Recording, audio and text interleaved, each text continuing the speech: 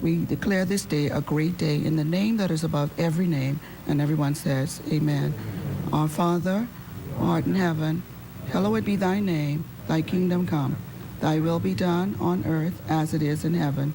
Give us this day our daily bread, and forgive us our trespasses, as we forgive those who trespass against us. And lead us not into temptation, but deliver us from evil. For thine is the kingdom, the power, and the glory, forever and ever. Amen. God bless you. Thank you. Thank you, Pastor Eileen. Continuing with the order of business, adoption of minutes.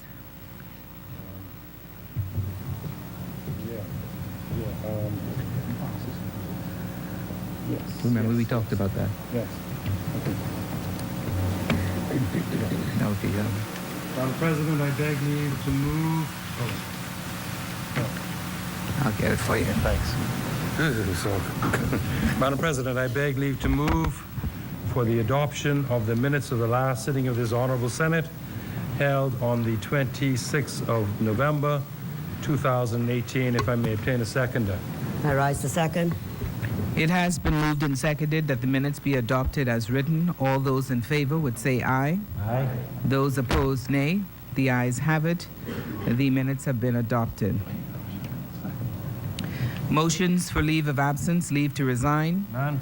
swearing in of new senators, None. communications by the President, messages from the Governor General, None. messages from the House of Assembly, Messages from the House of Assembly.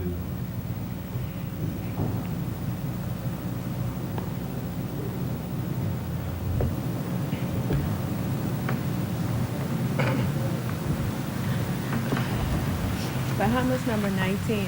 Message to the Honorable, the President, and Honorable members of the Senate from the Speaker and representatives of the Honorable House of Assembly. The House of Assembly acquaints the Honorable, the Senate, that they have passed the following bill and desire the consent of that Honorable Chamber, namely, a bill for an act to amend the Value-Added Tax Act. House of Assembly, Nassau, 28 November 2018. Hudson Mutri, Speaker.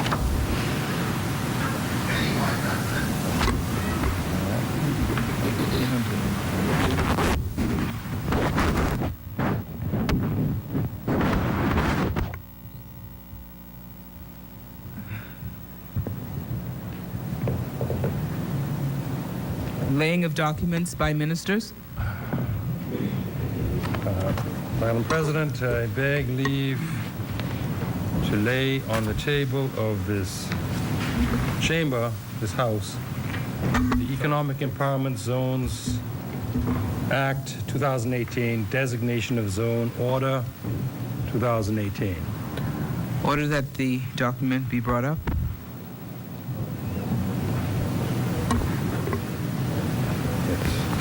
Order that the document do lie on the table.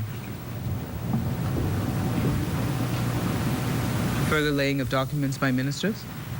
I beg leave to lay on the table of this House Price Control General Amendment Number 6, Regulations 2018. Order that the document be brought up. Order that the document do lie on the table. Further laying of documents by ministers. I beg leave, Madam President, to lay on the table of this House Business License Amendment Number 2, Regulations of 2018. Order that document be brought up. Order that the document do lie on the table. Further laying of documents. Madam President, I beg leave to lay on the table of this chamber the Stamp Gaming Patron Rules 2018. Order that the document be brought up. Order that the document do lie on the table. Further laying of documents. Madam President, I beg leave to lay on the table of this honorable chamber the Interinsular Mail Shipping Rates, bracket rate for cargo, for the carriage of freight, close bracket, rules. Proposed freight to and from Nassau. Order that the document be brought up. Order that the document do lie on the table. Further laying of documents. Madam President, I beg leave to lay on the table of this honorable Senate the Bahamas Registered Stock Act, Chapter 3, 62, the Bahamas Registered Stock Directions 2018, Bahamas Registered Stock 2021, 2023, 2025, 2038, and 2048. if I may. Order that the document be brought up. Yes. Order that the document do lie on the table. Further laying of documents. Madam President, I beg leave to lay on the table of this Honorable Senate the Bahamas Registered Stock Act, Chapter 362, the Bahamas Registered Stock Directions 2018, the Bahamas Registered Stock 2038 and 2048. Order that the documents be brought up. Order that the documents do lie on the table. Further laying of documents. Madam President, I beg leave to lay on the table of this Honorable Senate the Financial Intelligence Unit financial statements for the year ended 30th June 2018 and Independent Auditor's Report. Order that the document be brought up. Order that the document do lie on the table.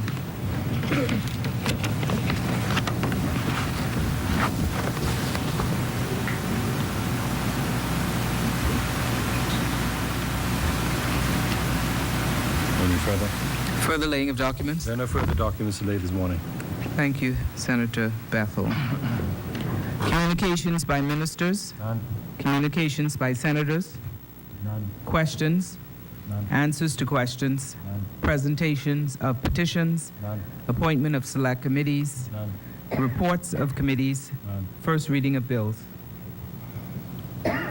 Madam President, I beg leave to move for the first reading of a bill for an act to amend the Value Added Tax Act, if I may obtain a seconder. It has been moved and seconded that a bill for an act to amend Value Added Tax Act be read a first time. As many as are in favor should say aye. Aye. Those opposed, nay. The ayes have it. Order that the bill be read a first time. A bill for an act to amend the Value Added Tax Act. Further first readings, No further first readings. second reading and committal of bills. May it please you, Madam President,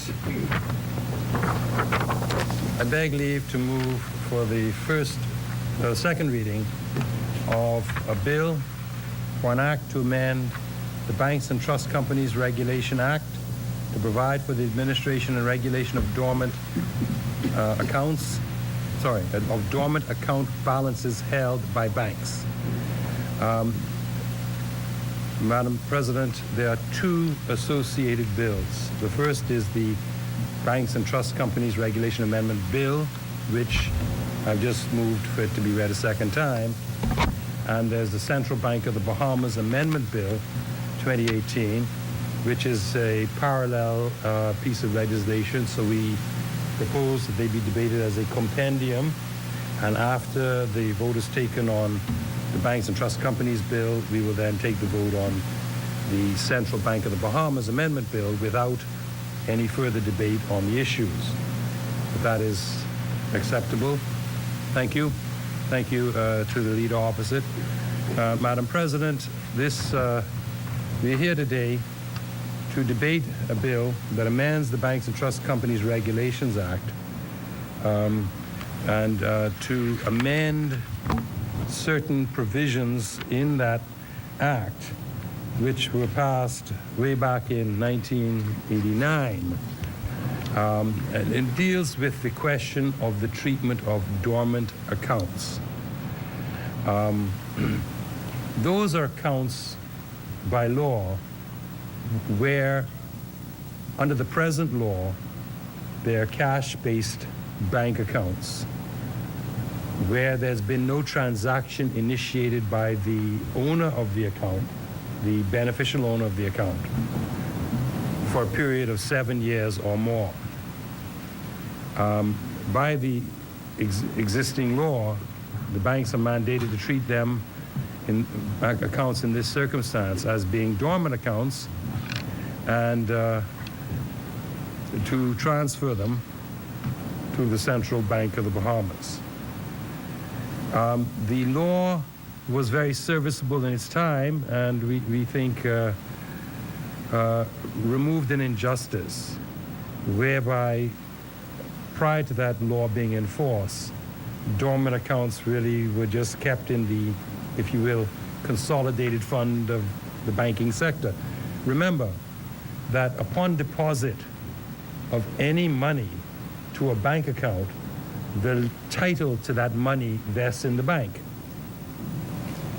It doesn't remain in the depositor. The depositor has a right to claim against it based on his equitable interest in that money, but the legal title vests in the bank. And the banks traditionally in the distant past would have had free use of this money, whereas the dormant account rules and legislation required them to surrender that money, so people's money weren't being profited on by the banks for an indefinite period of time by lending out to other people. And as we know in the old days, certainly, you know, there's always a spread between the amount the bank paid by way of interest to you and the amount the bank charged by way of interest to borrowers. And usually between a 9 and 10 point spread was easily the difference. So, you know, it was quite possible for banks to make a lot of money off a lot of people's deposits, and after, you know, this period of 7 years and whatever, and they kept this money, the people weren't getting the benefit of their own money, and the banks were making all the monies off of other people's dormant accounts. So that was why the law was changed in 1989 to prevent an apparent injustice. However, it was found over the years that certainly with the development of a lot of other financial instruments, and particularly the use of credit and debit cards, which really became very popular, meaning it wasn't just the rich who had access to credit cards and debit cards, as it would have been in the early 80s, in the 70s and early 80s. Now, you know, everybody has them, and so you have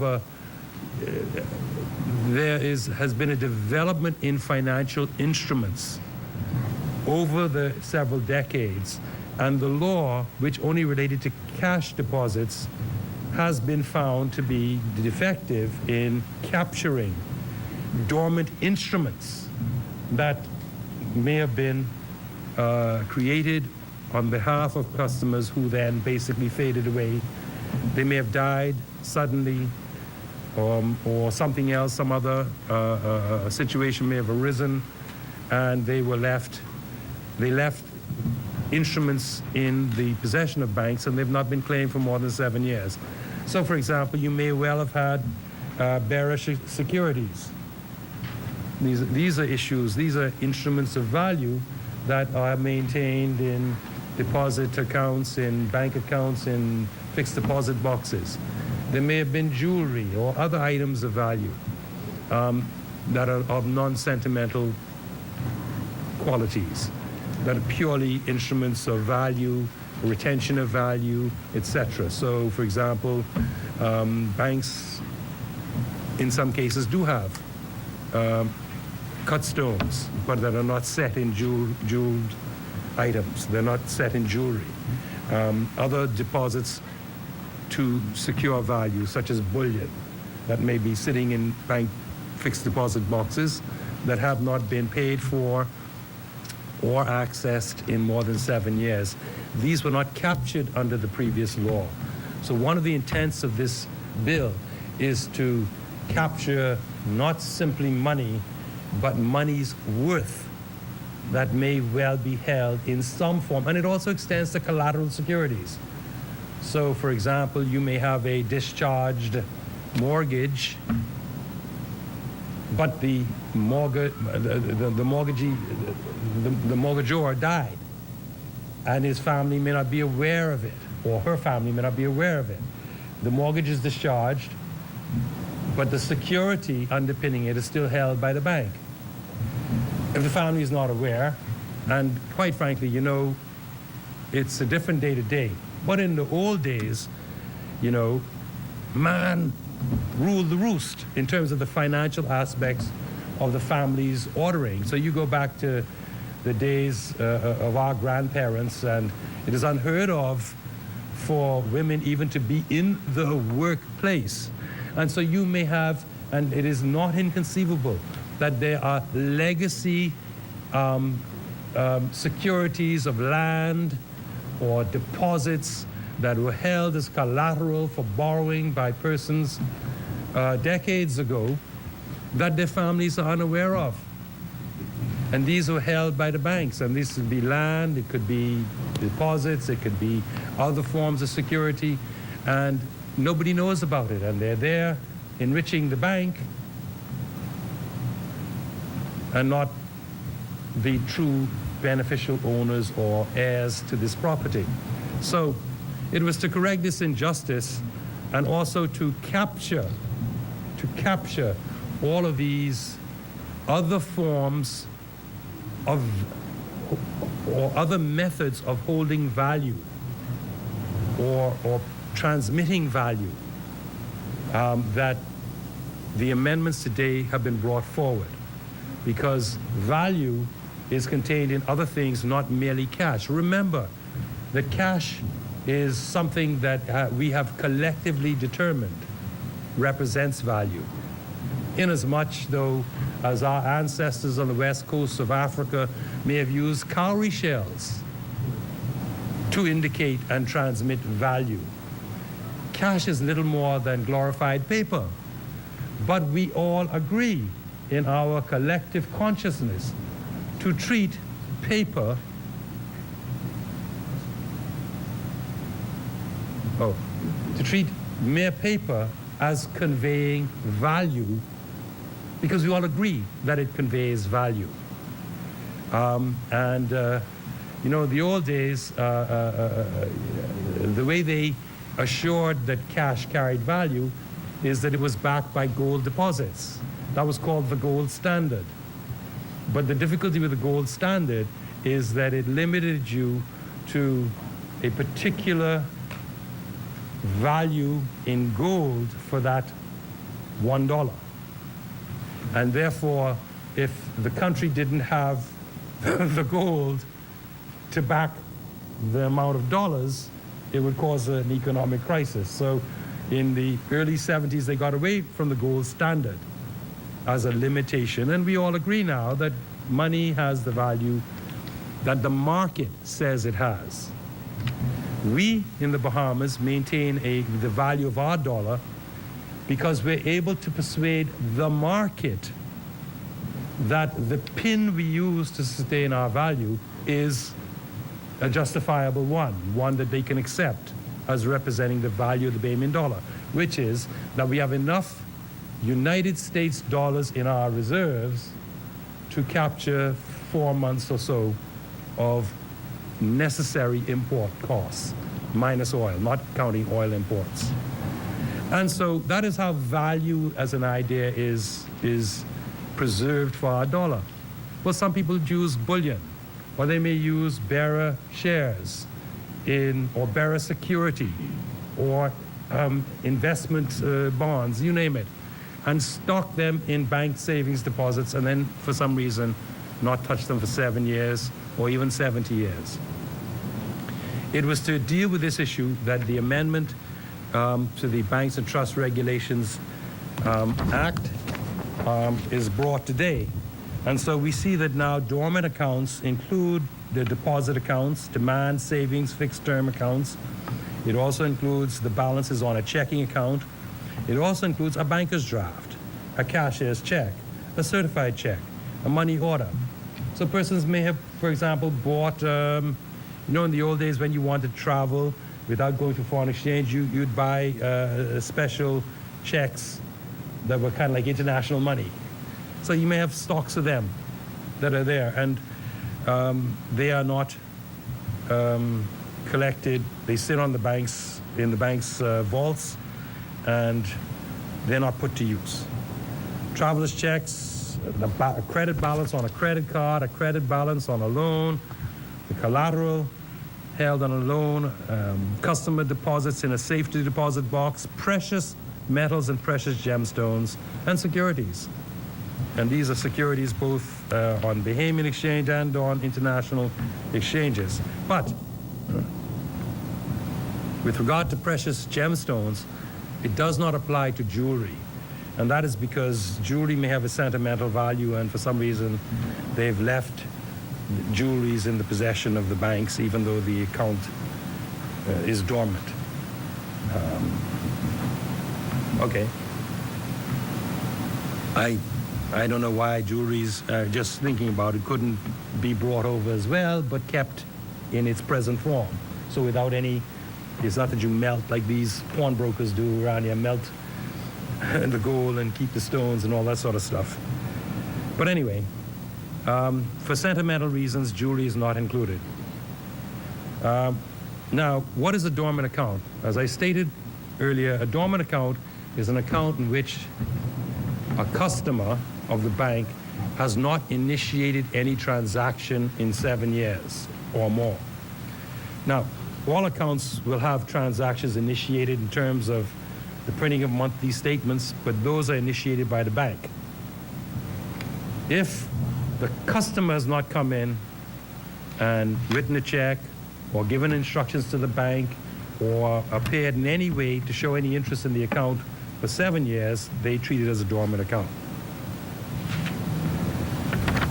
So what is the construct that the bills, both of these bills, is seeking to, what are they seeking to establish as the new regime that will govern dormant accounts?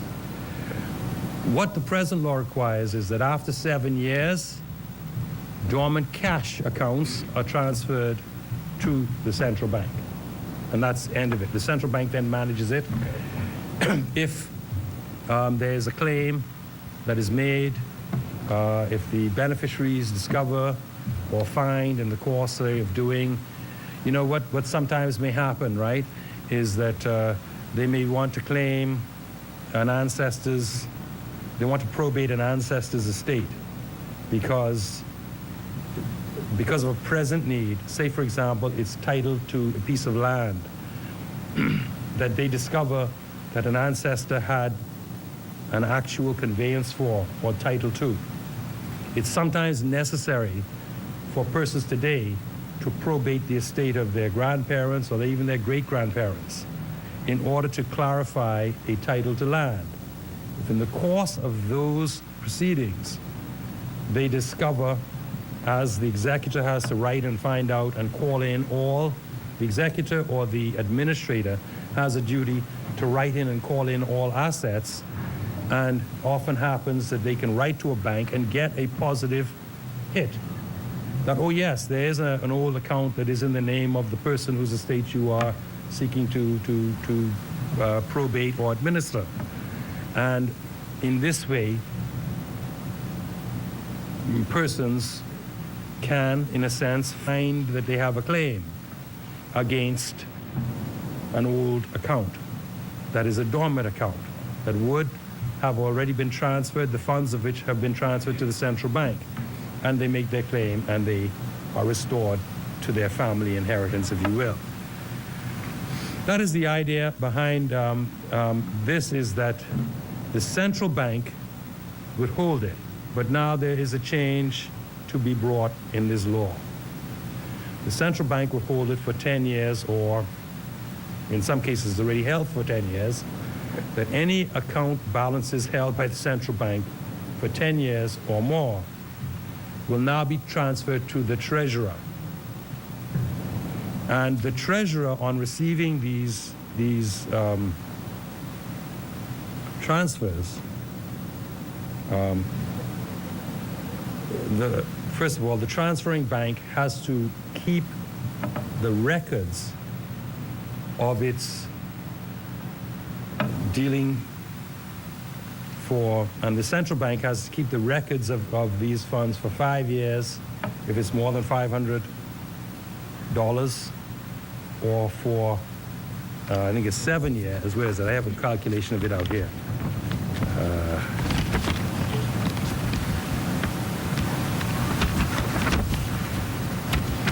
Yes. Okay. If it's under 500, the the central bank will have to keep the record for 15 years. If it's more than 500, for 5 years. Okay, so after the monies have been transferred to the treasurer, records of those transfers should be kept by the central bank for 5 years if it's more than $500, and for 15 years if it's under $500. And this, I presume, is because the records are being kept, will allow persons for these extra periods to make claims for the restitution of that property, notwithstanding that it has been transferred to the treasurer. But that after these periods of time should have expired, so let's look at it.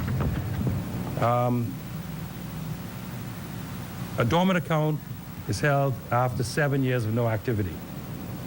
It is transferred to the central bank. After 10 years of no further activity, so after 17 years of no activity whatsoever, the funds are given to the treasurer of the Commonwealth of the Bahamas. The treasurer will hold the records, well, the bank will hold the records of what it has given the treasurer in respect of deposits under 500 for a further 15 years, making a total of 32 years, really, of possibility of making a claim for restitution of this money. And if it's above 500, for 5 years after making the transfer to the treasurer, which would mean a possibility of claim up to 22 years for those funds. Many of the funds involved, and we've heard that there's some between 80 and 88 million dollars cash, most of which is US dollar deposits by non-Bahamians in total, but that the amount that will be affected by this bill when brought into force will be in the region of $41 million, most of which will be US dollars. So the question is, what is going to happen with this money? Now, there's going to be a difference of opinion between the governing side and members opposite on this issue. The governing side and the policy and the law that will be passed, has already been passed in the other place, is that after these periods of time, title to these sums or assets will vest in the treasurer for public purposes. The government has already announced that this $41 million or so is going to be paid into a separate account for the purpose of providing a hurricane relief fund to seed that. That going forward, 0.5% of recurrent revenue is going to be paid every year into that fund as the people's donation, the government's donation to that fund. That the world has indicated that the optimal dollars that should go into a hurricane relief fund should be in the region of 200 to 400 million. Members opposite have a different point of view that ends up roughly in the same place. Members opposite have sent me, as of yesterday evening, some amendments that they intend to move to set up a SPV private company owned by the government to be called Reclaim Fund Limited, I believe, or words to that effect, and that this private government-owned special purpose vehicle company would be given these funds, that this company should be constantly liable to claims of potential beneficiaries or fund or money owners well beyond the 32 years, well beyond the 22 years for these different funds. In fact, in perpetuity. I'm not sure, you can't even have a trust in perpetuity, in the perpetuity, under the Perpetuity Act. And I'm not sure how it's possible to have a liability in perpetuity, but there's going to be a difference, division on this issue, because that is not the policy of the government. But at the end of the day, if you look at the proposition of the other side, what is to happen while these funds are being held in perpetuity? Their view is they should be invested in basically socially positive activities, sports, community development, etc. In other words, I think they accept the basic principle that these funds should be put towards a desirable or desirable social, a desirable end or desirable social ends. The question, though, is how this is done. Well, the government of the Bahamas, having looked around the region and having looked at the practices in place throughout the region, determined that these provisions are consistent with those practiced throughout this region and in this hemisphere, and that it is in the best interest of the Bahamian people to begin to seriously address the question of disaster management. Let us not forget the fiscally catastrophic impact of Hurricane Matthew, which, if you recall, started at Anagua and plowed straight up the archipelago, smashing through Nassau in what, in November, I think it was, or late October. It was about the 20th or so of October, somewhere in there, of 2016. And this storm had the effect of utterly devastating the last budget of the last government, throwing it some $560 million off track. Just Madam President, just in urgent, fundamentally necessary hurricane repairs. I'm not going to wander down the rabbit hole of saying where the value for money was gotten and all of that sort of stuff. Let's just look at the crude, rude, harsh numbers and take them at face value. Whether with prudent management it could have been 300 million or only 400 million as opposed to 500 million and 560 million. That's an argument for the history books. What is clear is that a devastating storm hitting all of the major population areas in the Bahamas resulted in unforeseen demands for urgent public spending in excess of hundreds of millions of dollars. Period. Now, traditionally, the response of the government faced with these things is just to borrow. We just borrow what we need, and that is what the former government did. But we all know the times in which we now live. We all know that the former government went through, 5 downgrades in its sovereign, four downgrades in its sovereign debt rating in 5 short years. We have managed at most, with the really stringent measures that we have tried to impose, at most merely to stem the damage. So our ratings have been held constant, but with a negative outlook, stemming the damage so that we don't actually get reduced to junk bond. That is the most that we've been able to achieve in a year, is to stem the damage. So the concept, and I, every day I think about it. I just thought about it this morning, just passing. I say a prayer today, thank you, Lord, that this year, 2018, we did not see any major hurricane strike on the Bahamas. Because I know I was thinking at the commencement of the season, I thought throughout it, my Lord, if something hit us, what would we do? What would we do?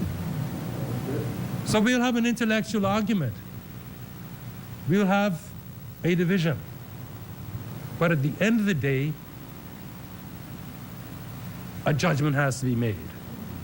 And we, on this side, have made the judgment that having regard to the recent history and the recent financial history and the ever-present threat posed by rising sea levels, global warming, and the potential for hurricane devastation, where I remember 2 years ago, I think it was, even last year, it didn't reach us. There were like 3 Category 5 storms in the Caribbean basin at the same time.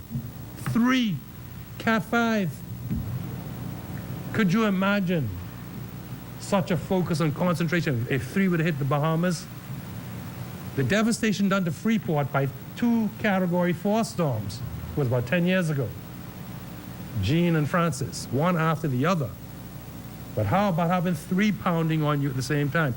This is what human misuse of God's patrimony on this planet has brought us to.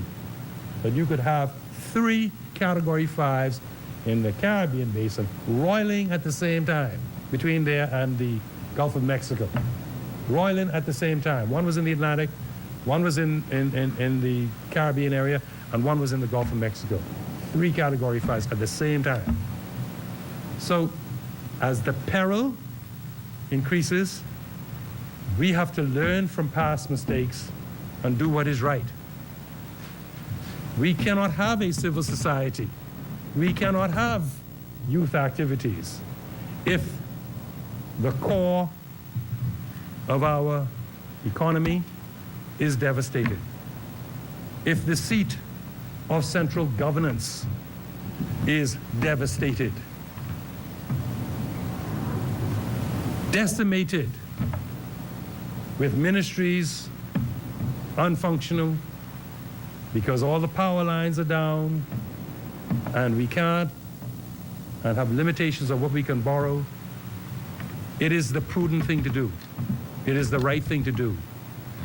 It is the best thing to do, that we seriously address this question and save up for a rainy day. Set up this hurricane fund, feed it every year with more. Any windfalls that the government has in current accounts, to send even more there. Build up a war chest, because the day will come, the wisest knoweth not when the Bahamas will almost certainly need to access its own hurricane relief fund. And we are advised, one last point, that as the government begins to seed and build out this fund, that there is the potential that those nations that have been the underpinning causes of global warming will come to the point where they themselves will be made to contribute meaningfully to such funds in small and vulnerable states. This is something that we must aim for, in as much as we see that some institutions are now acknowledging their basis and wealth in slavery, as recently occurred evidently with a university in the UK. and its agreement to take steps towards helping to repatriate some of what founded it and gave it its infant nurture and made it what it is today, being the blood, sweat, toil, and tears of slaves. In the same way, the small and vulnerable countries may well have the ability to access reparations for the harms caused to them by the global warming, by the industrial giants of this world, that in the space of 200 years have so totally eviscerated the proper running of this planet that everything is out of joint, and the weather is changing, and the climate is changing, and that is bound to have a devastating effect. So on those notes, I say, Madam President, I commend to colleague senators these bills. I think that the end result of the funding of the Hurricane Relief Fund that is ours, that will limit the amount of emergency borrowing we have to, is a positive step, the right step, and I commend them to colleagues, and I so move for second reading and committal of the bills. Is there a second? The chair recognizes Senator, the Honorable Madam Vice President Mildred Hall Watson. David isn't here, and Ashran, I'll carry on, if you don't mind. I'll carry on.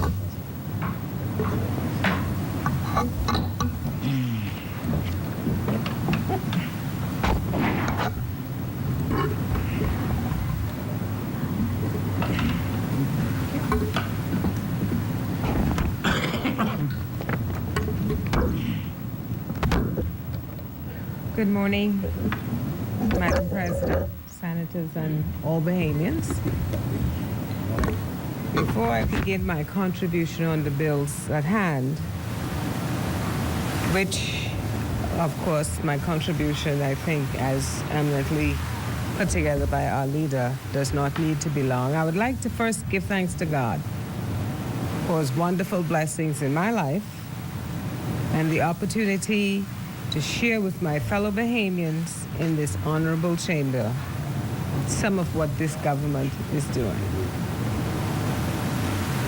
Sharing some of the work of this progressive government under the leadership of the most honorable Hubert A. Minnis, our Prime Minister.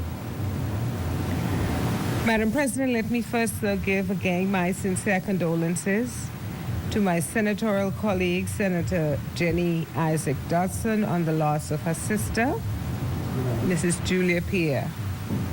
Julia was very special to me for many years, and I was one of her sounding boards for a lot that went on in her home island, Cat Island, things that went on from the ground up.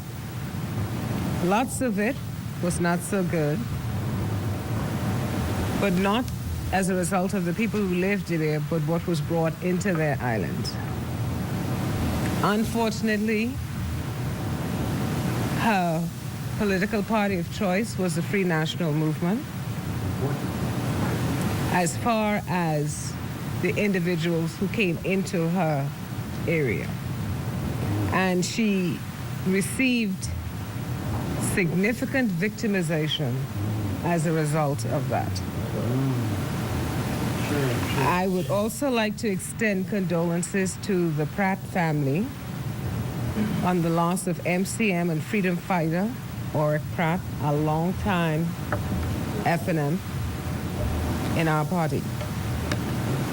Madam President, I would also like to extend sincere congratulations to you and your team in Grand Bahama, who did a marvelous job with GirlCon, one of the celebration activities of women and girls, where you and your committee took a singular event and turned it into almost a tradition in 2 years.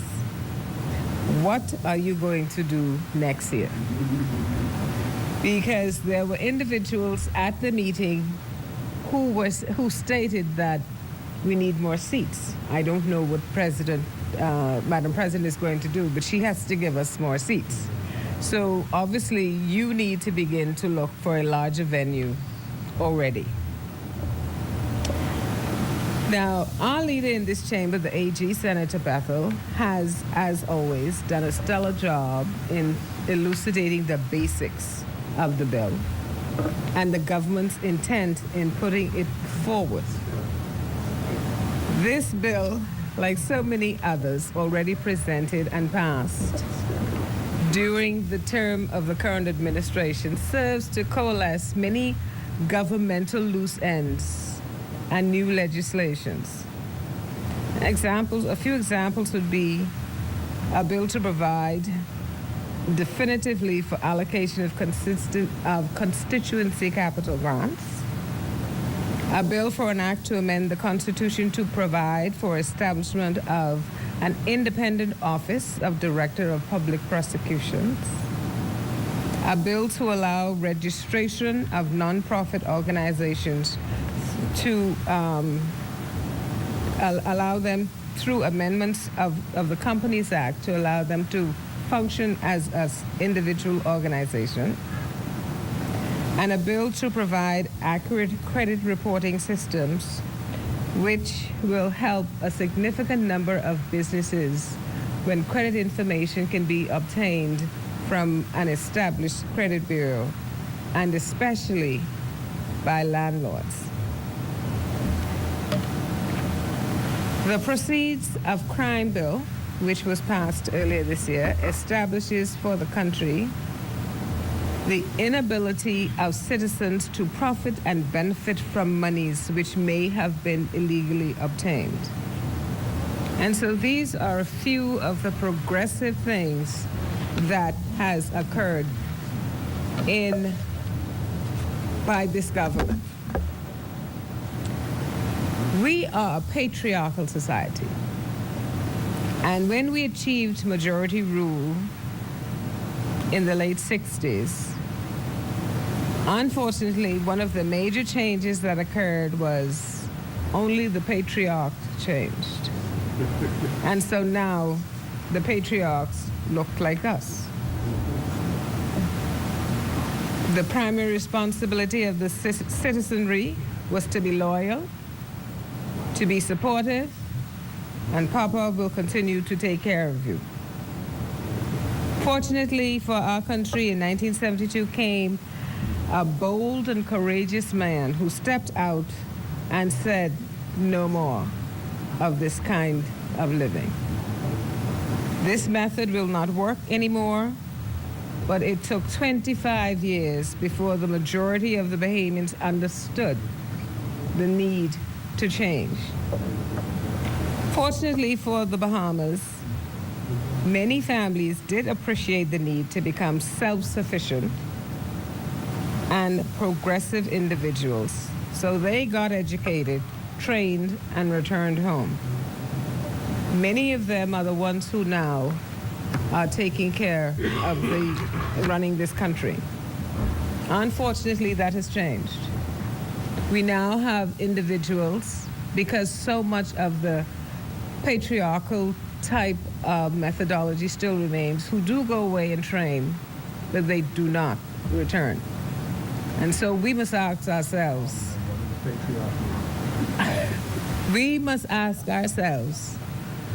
what will we do in the next 2 decades to come unless we change this system? Change the system and prepare for what it is that we need to do. During the 90s, when the then FNM administration established the Higher Educational Loan Program, recipients did not fully appreciate the need to repay those loans in order to continue to educate our citizens. They worked from the fact that our patriarch, who they considered to be the government, would take care of it. This type of policy of dependency no longer works.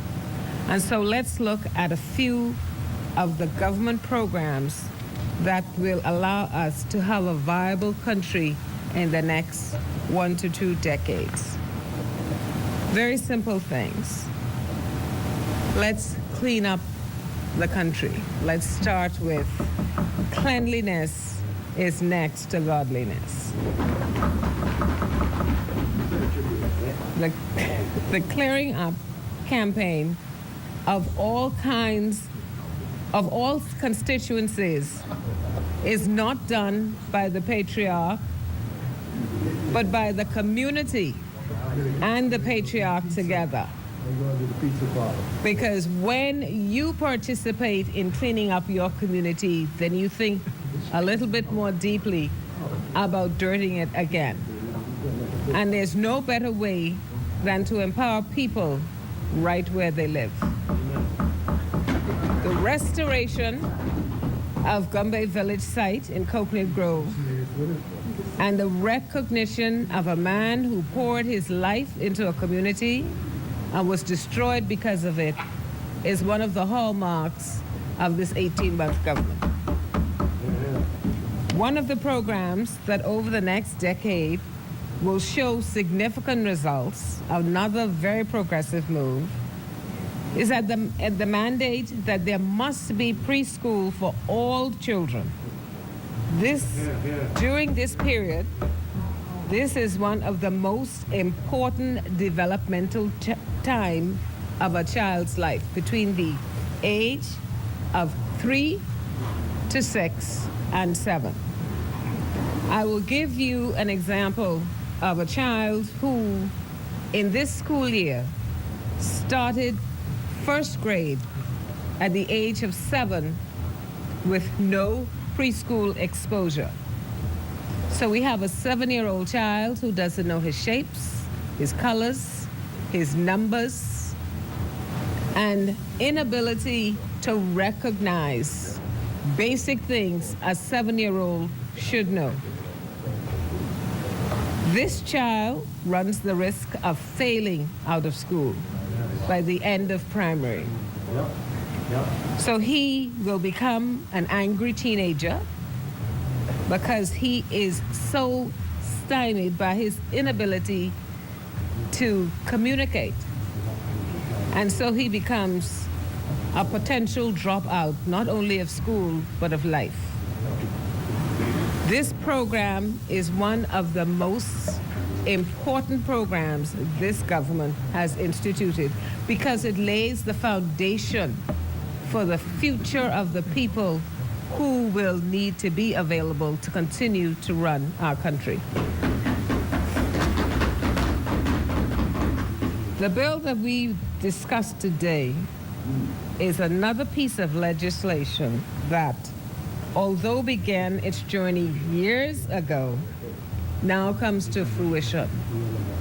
I need not go through definitions. I think our leader was quite concise in talking about that.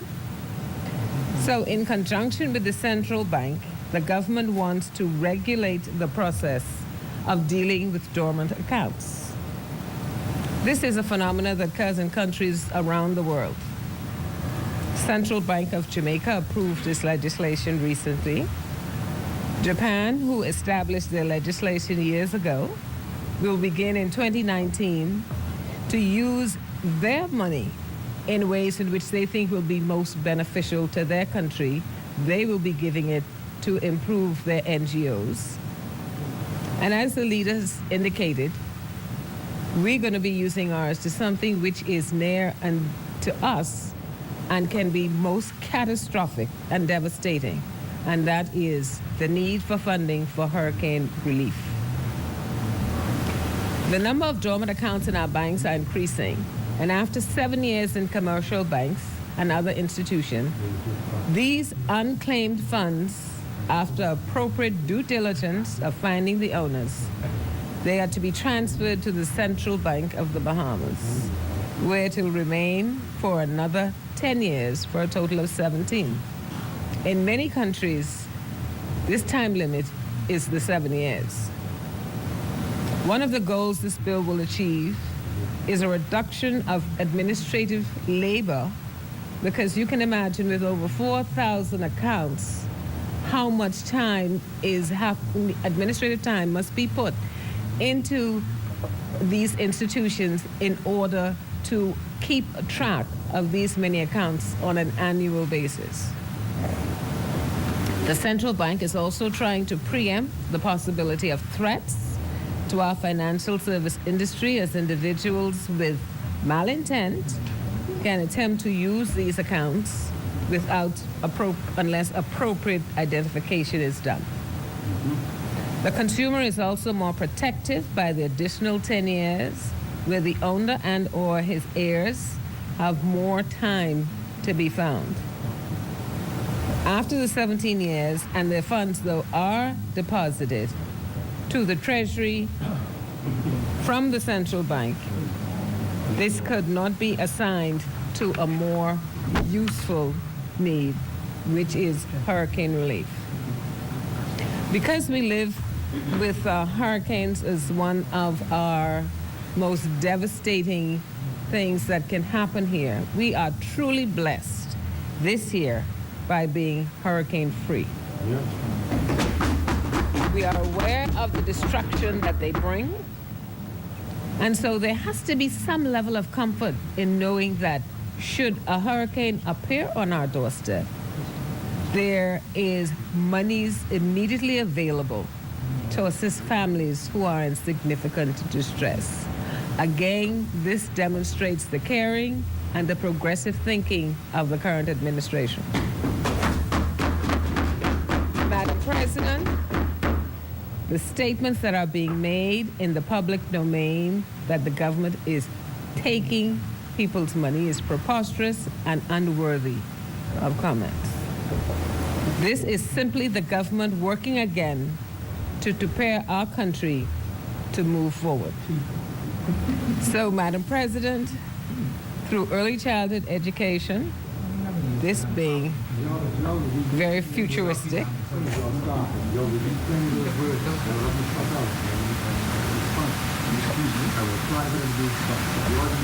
Excuse me, the senator's on the floor. That's what I thought. No Florida language. and as we continue with our futuristic manner, through the over-the-hill projects, through the proceeds of crime bill, the works that is done in the parks and beaches authority, the economic empowerment bill, this current legislation will move this country forward.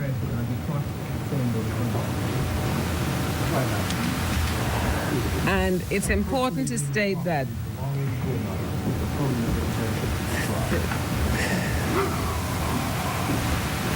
Okay, let's allow this.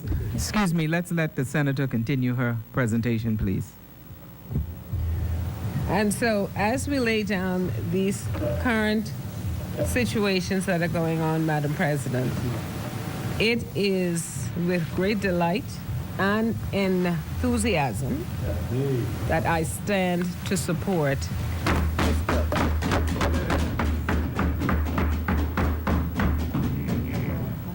It has been moved and seconded that a bill for an act to amend the Banks and Trust Companies Regulation Act to provide for the administration and regulation of dormant account balances held by banks be read a second time and committed. As many, Chair recognizes Senator the Honorable Michael Darville. Thank you so much, Madam President. Madam President, I too would like to join and extending condolences to Senator Dotson in the loss of her sister. And while I'm at that, I'd also like to thank the Honorable Attorney General for an excellent explanation of both pieces of legislation, particularly as it relates to when the funds are moved from the central bank to the treasurer in the amounts of $500 for 15 more years, and over $5,000, I think you said, for 5 years. 5 years. Your breakdown, yes, it was a stellar performance as indicated by the vice president. But there are some issues that us on this side have as it relates to the direction the government is taking concerning these two pieces of legislation. So, Madam President, this morning I rise to make a brief contribution to the compendium of bills, mainly the Bank and Trust Companies Regulation Amendment Bill and the Central Bank of the Bahamas Amendment Bill 2018. Both bills seek to amend the Central Bank of the Bahamas Act to provide for the transfer of assets, and the AG clearly outlined what these assets are: precious stones, stocks and bonds, traveler's checks, precious stones, but no jewelry, because of the sentimental value these pieces of jewelry may have in the event that someone come forth to claim. Both bills seek to amend the Central Bank of the Bahamas Act to provide for the transfer of assets from the central bank to the treasurer and the disposal of the dormant account balances paid to the central bank. Madam President, let me say from the onset that I cannot support these bills as drafted, but would be prepared to reconsider my current position if the proposed amendments from our side are adopted, as it relates to the way the entire process takes place. Madam President, we believe that our proposed amendments would protect dormant account holders while simultaneously serving the best interests of the Bahamian people. When I learned of the government's intention to amend Section 20 of the 1989 Bank and Trust Companies Regulations and Section 24 of the Central Bank of the Bahamas Act, like many Bahamians, I became very concerned and wanted to better understand what the government was trying to do and how other countries address the issues of dormant accounts around the world.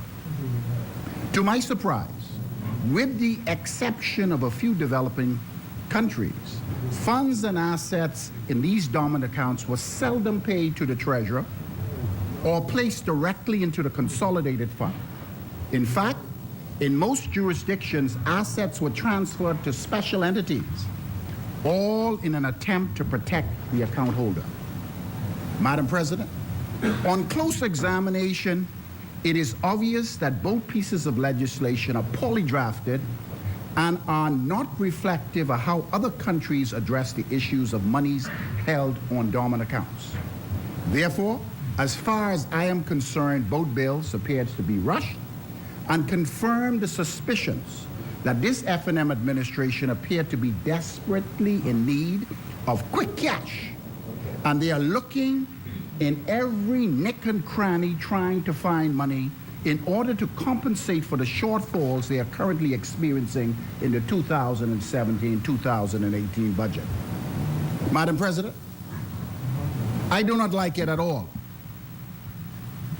But with the passing of these bills, the minister-led administration will have the legal right to grab private citizens' money laying on dormant accounts in an attempt to fund the country's disaster relief program, which is not a bad program to fund.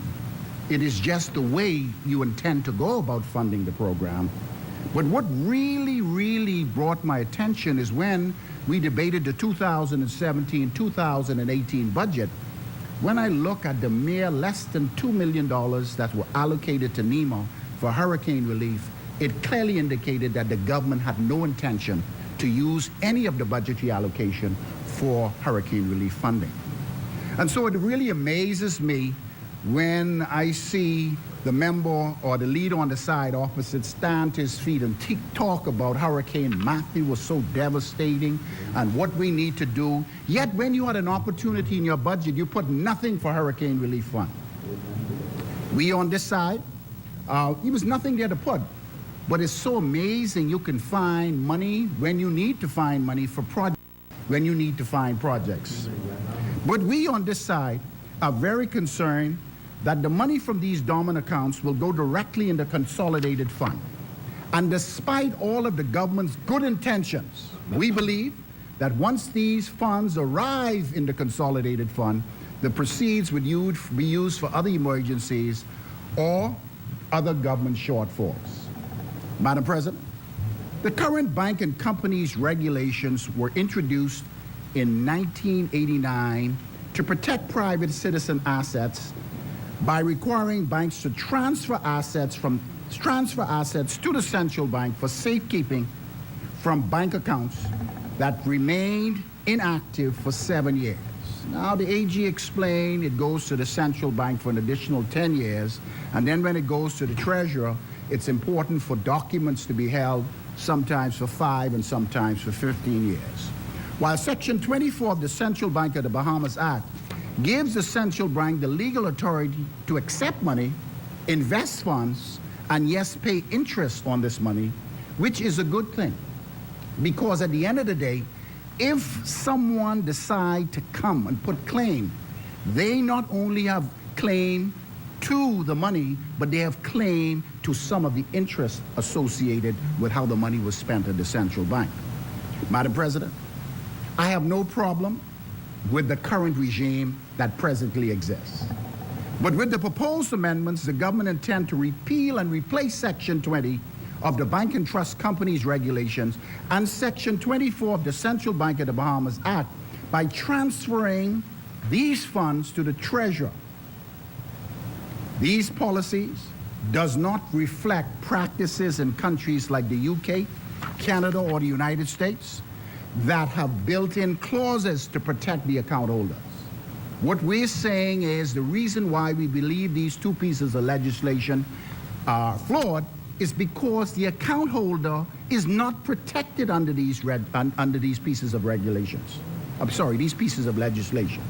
Madam President, my colleagues in the other place clearly articulated the Progressive Liberal Party's position concerning these proposed amendments, and while we understand the need to find funding to address social issues in our country, lack of funding for NEMA, as well as funding for the multiple labor issues that are presently facing our country, we on this side believe it is fundamentally wrong to take dormant account holders' money without putting proper protective measures in place for them to reclaim these funds whenever they wish.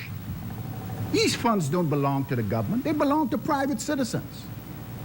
If they lie dormant, it is important for legislation to protect these funds because sometimes the second or third generation can come to claim these funds. And it's important for the government in this legislation to protect the dormant account holder in the event that these people come forth. Therefore, during the committee stage, the leader on our side will be moving what we believe to be some crucial amendments that would reflect how other countries effectively address this matter of dormant accounts and the protective measure needed to protect the account holder. Madam President, we on this side have taken time to listen and to analyze the feedback from civil society. The proposed amendments from our side were submitted to the leader of government business prior to this debate. And once again, we are appealing to the government to move with caution. Stop and listen. Take into consideration the proposed amendments and ensure that both pieces of legislation go out for further consultation to see how they would affect people. Madam President, these are difficult economic times we're living in our country, and some of the recommendations coming in from concerned citizens about the bills are reasonable and make a lot of sense. Firstly, the government should publish a list of names of all dormant accounts ASAP and notify the dormant account holders of the government intent. I know they're saying that these banks do this, but the reality is the banks send a letter to an address and it comes back. There's no really aggressive attempt to reach these people. Writing a letter does not mean an aggressive attempt. Sometimes it's a cop-out. There are ways how to find people in our country. If a published list is brought forward, many people will come to claim their dormant accounts. Secondly, monies from these dormant accounts should be used for not only disaster relief, but social intervention and environmental programs.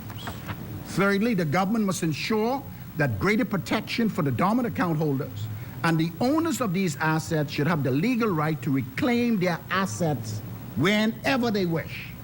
It is not the government's money. It belongs to the private citizen. And if a private citizen come forward to collect something that a forefather left, it is their right. And the government has no right to take this capital. And finally, rather than the funds being transferred to the consolidated funds, assets from these accounts should be held by a separate entity and remain in the central bank for disbursement only by resolution from both houses of parliament. Madam President, I believe this new government policy to illegally take assets from dormant accounts of hard-working Bahamians is unconstitutional and a regressive policy. Point of order.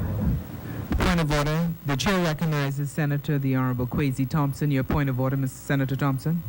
Madam President, is, I believe, inaccurate, misleading to the public, as well as imputing immoral views to the government and to those members on this side by saying that the policy of this government is an illegal policy.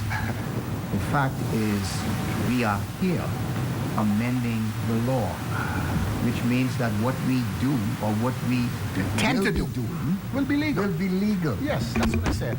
So it is inaccurate to say this is an illegal position. So I would ask him to withdraw the comment that the policy is an illegal policy. Okay. Yes. Okay, just Madam President. go ahead, Senator Yes, Dalbo. I appreciate the senator standing to his feet. And if I said that... Just clear up your intention, Yes, Senator. the intention is clear. With the amendments of these bills, the government will have the legal right to allow the transfer of funds into the consolidated fund. No, with the passing of these legislations, you will have the legal right to do what you intend to do. So what I'm saying is that it's not legal at this time. It's not legal at this time. No, let me finish. No, let me finish. Give me an opportunity. No, Excuse me, Senators. listen what I'm saying. Let me Excuse go back. me. Let me go back Can into the context. can we just really realize this is a very serious matter here? Let me finish. And can we have you clarify your position, Mr. Senator Madam Dalbo? President, going back into my contribution, I said that these are difficult economic times. And some of the recommendations that are coming from concerned citizens about the bills are reasonable, and many of them make sense. Then I went to say, finally, rather than the funds being transferred into the consolidated funds, assets from these accounts should be held by separate entity or remain in the central bank for disbursement only by resolution of both houses of parliament. That is a recommendation. Madam President, I believe that this new government policies... Sorry, please, Madam Chair recognizes Senator the Honorable Carl Bethel. While I heard very clearly those comments were in fact made, the Speaker, Honorable Senator, then went into a flight of rhetoric, which undoubtedly could not possibly have been written on his piece of his speech. So it was a flight of rhetoric. But you specifically stated that the government was proposing to illegally take these things and that it was unconstitutional. Now, you're not a lawyer, but you're able to express a view that would no doubt be based on someone telling you something. If you want to say it's unconstitutional, that's fine. But to say that the government was purporting to illegally take.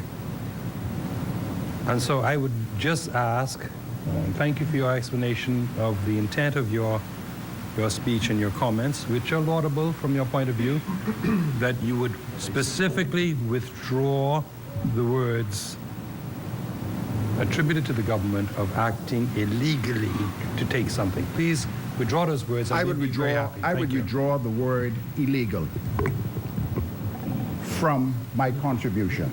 Illegally. I withdraw the word illegally.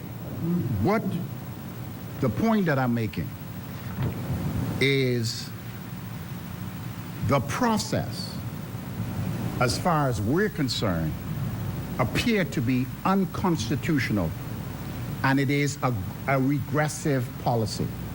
That is my point. Therefore, Madam President, I cannot support these bills as drafted, and strongly suggest that the government and the leader opposite seriously consider the amendments that our leader on this side will be moving at the appropriate time. We understand the need for funding disaster relief. As the former minister of Grand Bahama, I lived through Hurricane Matthew, and I lived through a cabinet who had to move swiftly to try to borrow funds to deal with the disaster that was before us. That is all well and good. The point that we're making on this side is that the amendments that are being brought forth by the side opposite does not do justice to the intent for that disaster relief. We believe that the bills does not have enough teeth in order to protect the dormant account holder, and it could be seen as being articulated in the public domain that the government is out to grab funding that does not belong to them. Madam President, I'm very pleased that we have taken the time out on our side. Just Give me a a- minute, just let me a comment. finish. I'm about to sit down. 1 second. No. Inasmuch as... Two senators cannot be seated. Are you What's the prepared to yield? Standing. Please, I'm sorry, standing. Could you please sit, Senator? What is your point of order, Senator? Madam, is that if someone wishes to quote a newspaper before this chamber, he must adopt it. I'm not quoting So, newspaper. no, you're quoting social media. You said it could be articulated in social media that the government is grabbing. So are you saying, are you adopting, sir? Yes. You adopting? Then I ask you, then I would respectfully submit that, Madam President, he is again No, it's my opinion. verging, no, I he's have my own gone opinion. beyond, no, Who, I to can't have my own speak opinion about here? a lawful action of the government, which the transfer of these funds to the treasurer will I be believe you're upon grabbing people's passage money. cannot be called a grabbing of people's money. Why not? It is not a grabbing. What is it it? is a transfer of dormant accounts that as of the time your of money? transfer have no ascertainable beneficial ownership. But then put the protection. They have of the no bill. ascertainable beneficial ownership. And Senators, they're being put, not yours. and the government is not spending it either as if it were. Well- It is putting it to a public use inasmuch as the opposition in their own amendments want to put it to a public use. It is not a grabbing, and I ask that the word No. be withdrawn No. or struck from the record. No. Senators, now, thank you very much, Senator. Senator Darwell, you understand what happens when you quote from any online newspaper. problem. You have to accept it as yours. Yes. If you have an opinion, that's a different story. You would have to state that. Yes, thank you so much. It is my opinion, Madam President. My opinion as a Bahamian citizen that the way these two pieces of legislation are drafted, it does not put sufficient protection for the dormant account holder, and it appears as if the government is moving to grab what it doesn't belong to them. Madam President, I look forward for my leader on this side to bring forward the amendments, and look forward for the leader of the government business to take into consideration what we are trying to accomplish. Thank you, Madam President. You were very good. Thank you, Senator. As many, Chair recognizes Senator the Honorable Dwight Sawyer. That's okay, man. It's the people's. It's the people's time. You're grabbing the people's money.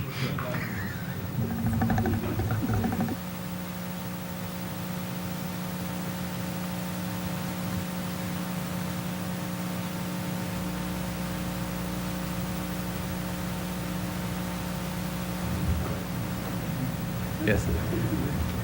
Good morning, Madam Senator, Madam President. and fellow senators, good morning. Again, it is my pleasure to speak in this honorable place. And once again, I give all thanks to Almighty God for allowing me the opportunity to come to this place once again. I also like to thank the Almighty God for allowing us to go this year hurricane-free. As you know, tomorrow is November the 30th, which is the end of the hurricane season. And we have been extremely blessed not to have had an hurricane so far for this year. And I think the people of the Bahamas should have a Thanksgiving service sometime this week to give God thanks for that. Madam President, I rise to speak on the Banks and Trust Companies Bill 2018 and the Central Bank of the Bahamas Bill 2018. But before, Madam President, before I begin my contribution, please allow me to bring my sincere condolences to Senator Jenny Dodson Isaacs on the passing of her sister, and whose funeral is tomorrow. And I trust that some of us will be attending that funeral. Madam President, I also like to bring condolences on behalf of myself, my family, and also my party to the family of the late Free National Movement Meritorious Council member, Oric O.C. Pratt. Mr. Pratt has been a long-standing member of our party, and he served our party well, having been a freedom fighter in our party almost from its inception. And to that, I say he has served our party well, and I think the FNM has lost a great man. May his soul and the soul of the dead departed in peace. Rest in peace. Amen. Madam President, I rise in support of these two bills, which finally puts the subject of dormant accounts to rest, so to say. And as our leader, the AG, has done an excellent job in explaining all the ramifications of this bill, I need not go into details because it's an excellent bill. And the way how he explained it, even my grandchild could understand in the manner in which he did it. He did a thorough job. The only thing I want to say is that as I read these bills, it is my understanding that after 17 years, all this has been said before, but it serves to repeat it again. Make it clear. That after 17 years, 7 by the bank and 10 by the central bank, the money or the funds held by these banks that have had no activity will in turn be turned over to the public treasury, which it eventually being placed in the Natural Disaster Fund. And I say, well done. And this is a progressive government, and we've seen the wisdom of our progressive government in this. What?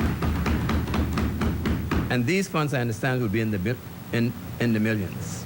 And this shows the compassion of our government, the Free National Government, led by our able Prime Minister, the most Honorable Dr. Hubert Alexander Minnis.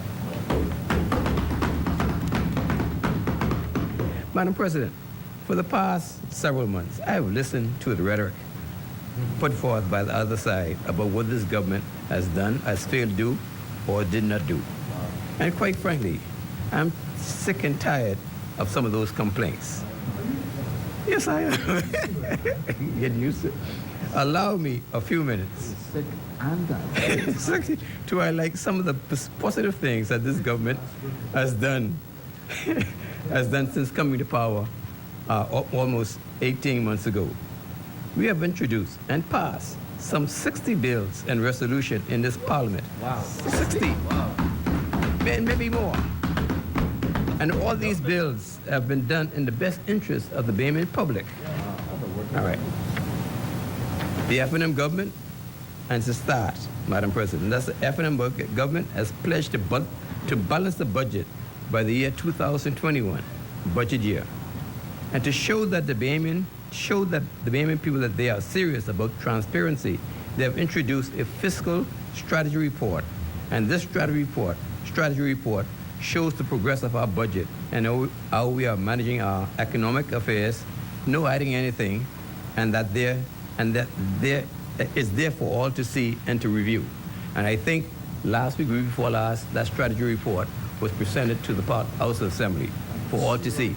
You can see right through it. And so it's there for the public to see. They can review it and make their comments together. And so that's progress. That has never been done before. Never. This government has also introduced the Independent Director of Public Prosecution. This government has also dropped the VAT on all bread basket items. They have dropped or eliminated the customs duty on many other items. And that's being progressive. We've done that. Okay? You're talking, boy. You're talking. They initially eliminated the VAT on electricity bills of $200 or less. And recently amended that, I think it was yesterday, they passed a resolution that all electricity bills below $300 will be exempted, the VAT will be exempted. Oh, man, that's it. The people have said that electricity exemption will not help them. I heard the Minister of Works yesterday in the House of Assembly say that more than 52 persons or households throughout the Bahamas, with 32,000 being in New Providence, benefited from the $200 exemption, and that October this year, or October just passed, over 67 households or persons will be benefited from this $300 exemption. So tell me how, you over there, how this is not helping our people. Okay, it's not helping our people. And yesterday, let me say, Madam President, yesterday I must commend the Minister of Works for the excellent job in explaining the rate situation on the electricity bill, how it's broken down, et cetera, et cetera. And he did an excellent job on that. And I think all of us, when we get the opportunity, should go with that and read it so that we can understand exactly how our electricity bills are formulated and whatnot. And then at the same time, I've heard them say, many of our people have said that our electricity bill has tripled. I don't think that's tripled. To triple someone's electricity bills, that means if my bill ordinarily is $300, that means to triple it would be $900. And that's not the case. That's never happened. And I challenge many of those out there to reduce their bills, to say, look, their bills have tripled. I do agree that the bills have gone up. And that is because of the fact that the fire that was caused at the Clifton Pier generators, where two of them had burned down, and so we have used much more expensive fuel to keep us going. So we had to make a choice, whether we stick with the less cheap fuel and have more power failures, or to go with the more expensive fuel so that our lights could be on a more consistent basis. And we made that choice.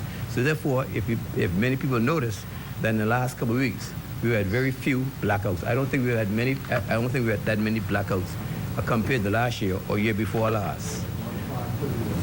No. Not because of that. The generators have been going on, okay? And I think, and if you notice in the papers this morning, if you notice this morning, in the papers, the gasoline is going down. I see it's like $44.52 a gallon in places. So that means that our fuel bill will be going down, and it means the next couple of weeks, next couple of months, that you'll see a reduction in your light bill. No. Okay. So that's, Madam President, is making a tremendous improvement in the lives of our people. This government has also taken on a road improvement project program throughout New Providence and several family islands. And as I can see road works done in Seabreeze, on the Fox Hill Road, East Street, and several other areas. And I think last week or the week before last, they started road work out in the West Bay Street areas. So our government is moving and is doing things that they promised to do. And in Long Island, and as the member for Long Island, always like to get up in the House Assembly of what he's doing in Long Island. Now the people in Long Island are seeing what is being done, and we're keeping our promise of what we can do for Long Island. We're getting the roads fixed, and they're getting a new water system, especially for the southern part of Long Island. And so that should be completed soon. That's, Madam President, that's our F&M government at work. Also, Madam President, this F&M government has heard the cries of the people in Grand Bahama and made a decision to purchase the Long Island property. And that's a good job, well done. So we had to make a choice. Instead of letting the hotel close down, we want to provide jobs for those people in Grand Bahama. And so that's what we're doing, and looking out for the people and the economy of Grand Bahama. Madam President, also, we made a step a couple of weeks ago when we approved for the Disney to go to South Eleuthera.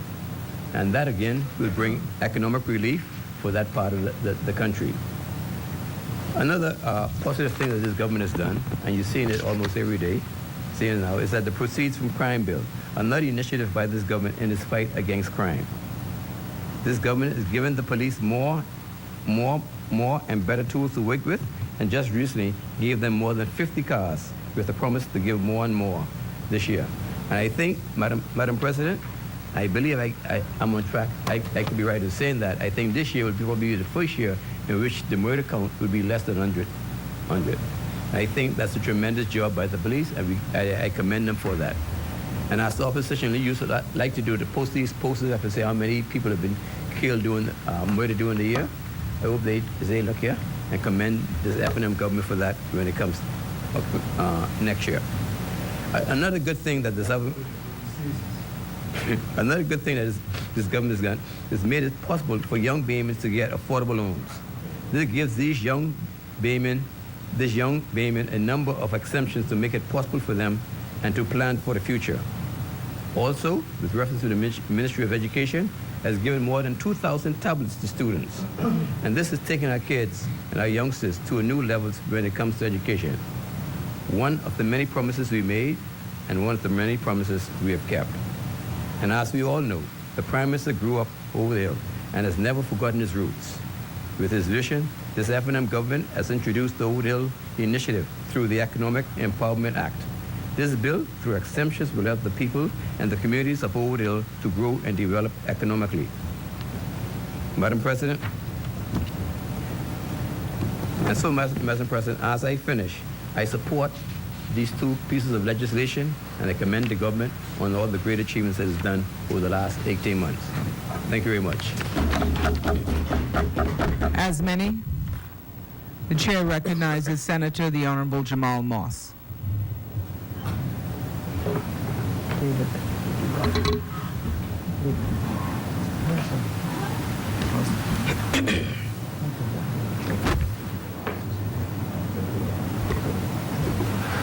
It's on. Oh. Thanks.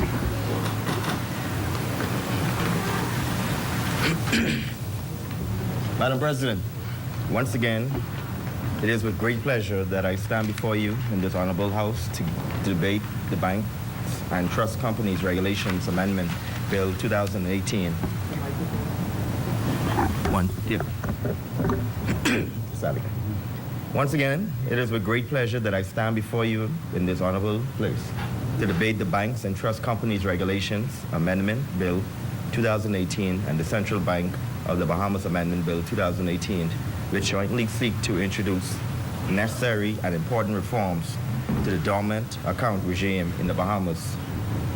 Madam President, this legislative amendment aims to address challenging administrative issues encountered by banks to organize existing administrative practices by the Central Bank of the Bahamas, and then to modernize the regime in line with prevailing international practices. Now, for those who continue to say we, as a country, have never had a law like this dealing with people's bank account, well, after doing some research, I discovered that the dormant accounts legislation was introduced in the Bahamas back in 1989. The legislations required all banks to transfer dormant accounts balances to the central bank, which is charged with the custody and administration of these balances. For those who may not know, a dormant account is defined as one in respect of which bank records no customer transaction or contact for a period of 7 years. Since the legislation was introduced, there have been no changes to this regime. Madam President, over the years, both the banks and the central bank have experienced numerous challenges with the different aspects of administrative regime for dormant accounts. The main issues were used to deal with funds, assets, such as checks, monies, orders, precious metals, and securities that are excluded from the very narrow definition of dormant account. How to treat securities that qualified as dormant, how interest is to be paid on claims of dormant accounts, what should happen to dormant accounts that may never be cleaned, and what should be the record-keeping requirements of various aspects of the regime. Madam President, this government is making the effort to address these very solemn issues and to propose the amendments we have before us today. Madam President, I have seen on Facebook and heard on the talk shows how some well-known callers with agendas claim that they have done their research and no other country in the world has this type of law on the books. But I want to say to them that this particular legislation is found in other regimes of several jurisdictions, including Australia, Barbados, Canada, Ireland, New Zealand, the United Kingdom, Switzerland, and the United States of America.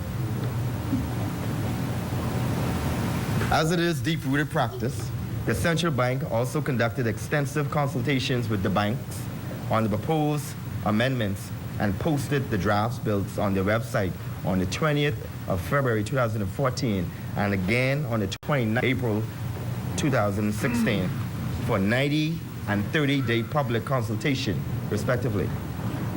Beyond these initiatives, an explanatory note in the form of questions and answer on the existing dormant accounts administration framework and key aspects of the legislative proposal were proposed in the newspaper and posted to the central bank's website. So it is safe to say that the majority can be satisfied that a thorough and considered approach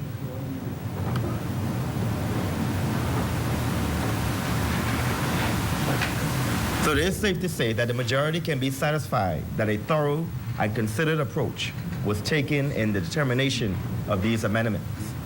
Madam President, these amendments proposed under the Banks and Trust Companies Regulations Amendments Bill 2018, which seeks to repeal and replace the Section 20th of the Banks and Trust Companies Regulations Act 2000.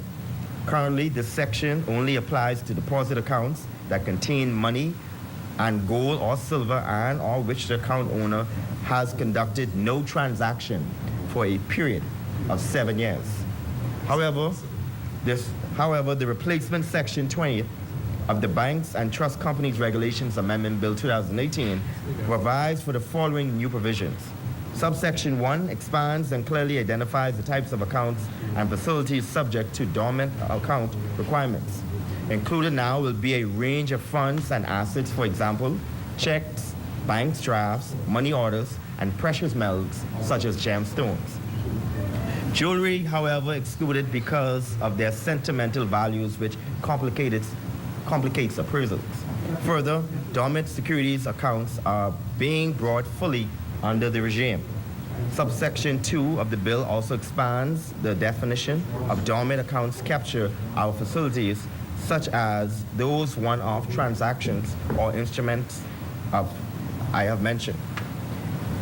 Importantly, under paragraph B of the proposed definition of dormant account, an account will not be treated as dormant where the customer has multiple accounts with the bank and maintains communications with the bank in respects of any one or more of those accounts, which evidence that the business relationship remains active. Further, the expanded definition will permit banks to consider actions initiated by a customer via electronic and other non-physical means in determining whether the deposit account or other facility is dormant. Subsection 3 of the amendments provide for the 7-year grace of dormancy period to be calculated for a fixed deposit account from the date on which the fixed period terminated or the date the customer terminates his instructions to automatically renew the deposit, whichever is the later. This will remove the holes in the existing law which unintentionally captures fixed deposits that customers instruct their banks to automatically renew. For other facilities, subsection 3C will allow for the dormancy period to be calculated from the date on which the facility was issued, established, or the obligation to make payment in respect of the facility occurred, which is the later. Subsection 4 retains the existing obligation for banks to pay the central bank dormant accounts amounts equal to and in the same currency value as any liability. This is inclusive of cash deposits found in dormant safety deposit boxes. It has also arranged the requirements that banks make payments to the central bank unless exempted in writing by the central bank within 2 months after the end of the calendar year in which the account becomes dormant. Madam President, As I previously noted, these amendments also seek to bring dormant securities fully under this regime. At present, banks required to transfer to the central bank cash bonuses and other cash returns relies on dormant securities, but to retain custody of the securities. The amendments seek to introduce a new commitment which will require banks to treat dormant accounts containing precious metals, precious gemstones, excluding jewelry or securities, as transferable assets to be liquidated, and the proceeds transferred to the central bank upon expiry of the seven-year dormancy period. Precious metals in the form of gold and silver and cash deposits are already captured by the dormant accounts regime. In subsection 4 of the bill, the requirement for the transfer or insolvency and transfer of the proceeds of sale of these types of belongings found in safety deposit boxes, creates consistency in the way that like assets are treated under the regime. In addition, banks are not required to absorb costs associated with liquidating assets as required by laws. Subsection 4 will permit banks to deduct reasonable costs when doing so. Madam President, in subsection 5, there are new responsibilities and safeguards for banks and other relating to the treatment of dormant accounts of gold and silver and securities. This includes specifying the mercherism by which their selling prices, subject to liquidation, may be determined, the title rights of purchasers acquiring the liquidated securities, and the entitlements of any and restrictions or persons who claim liquidated securities.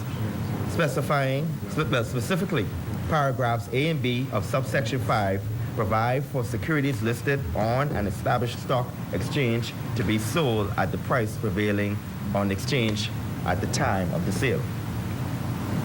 They also provide for securities that are not listed on an established stock exchange to be sold over the counter at prevailing prices or by any reasonable method selected by the bank using its best efforts and having regards to current market conditions. These provisions are intended to protect the interests of account holders by ensuring that the banks dispose of dormant assets at the best price at the time of the sale. Further, paragraphs C and D of subsection 5 make provisions to protect the purchaser acquiring the deposed property and to take property free of all claims of all owners and all individuals claiming through or under them, as well as it established the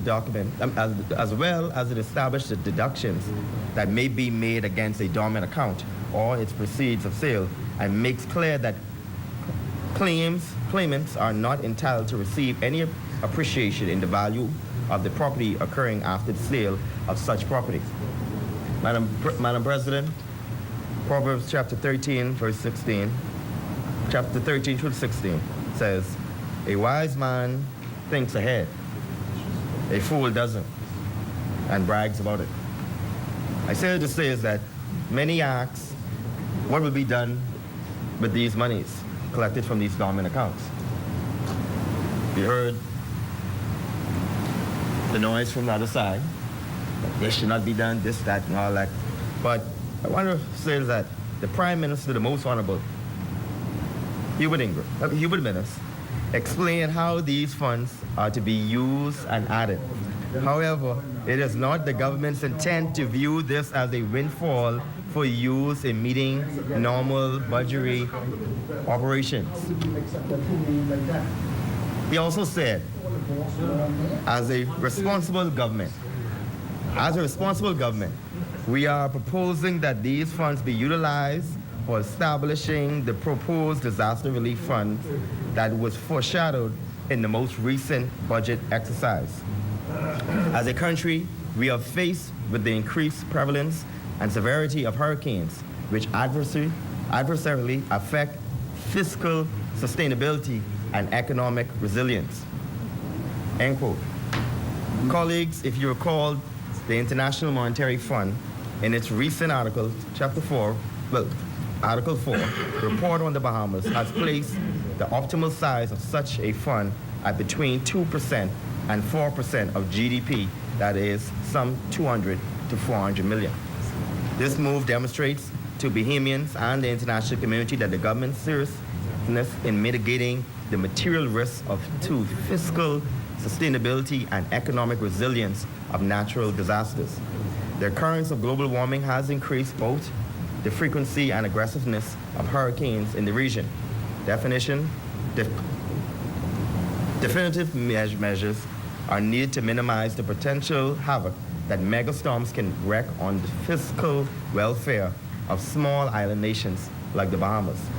So to my fellow Bahamians, the money will be going to sensible and nation-building use.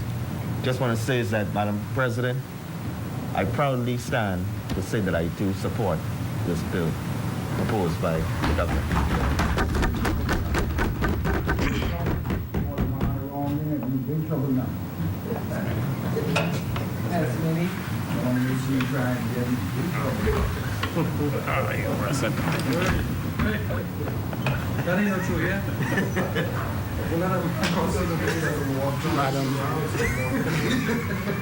Madam President,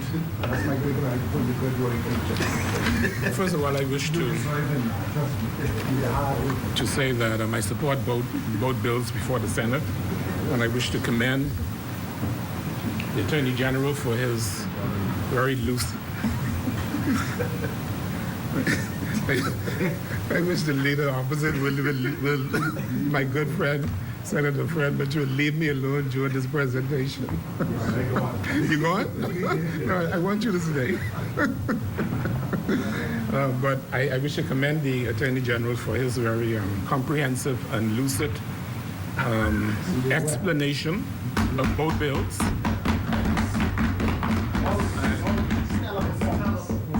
And if I did not know, I would have assumed that Senator Jamal Morse was an attorney, because he did an excellent job. He did an excellent job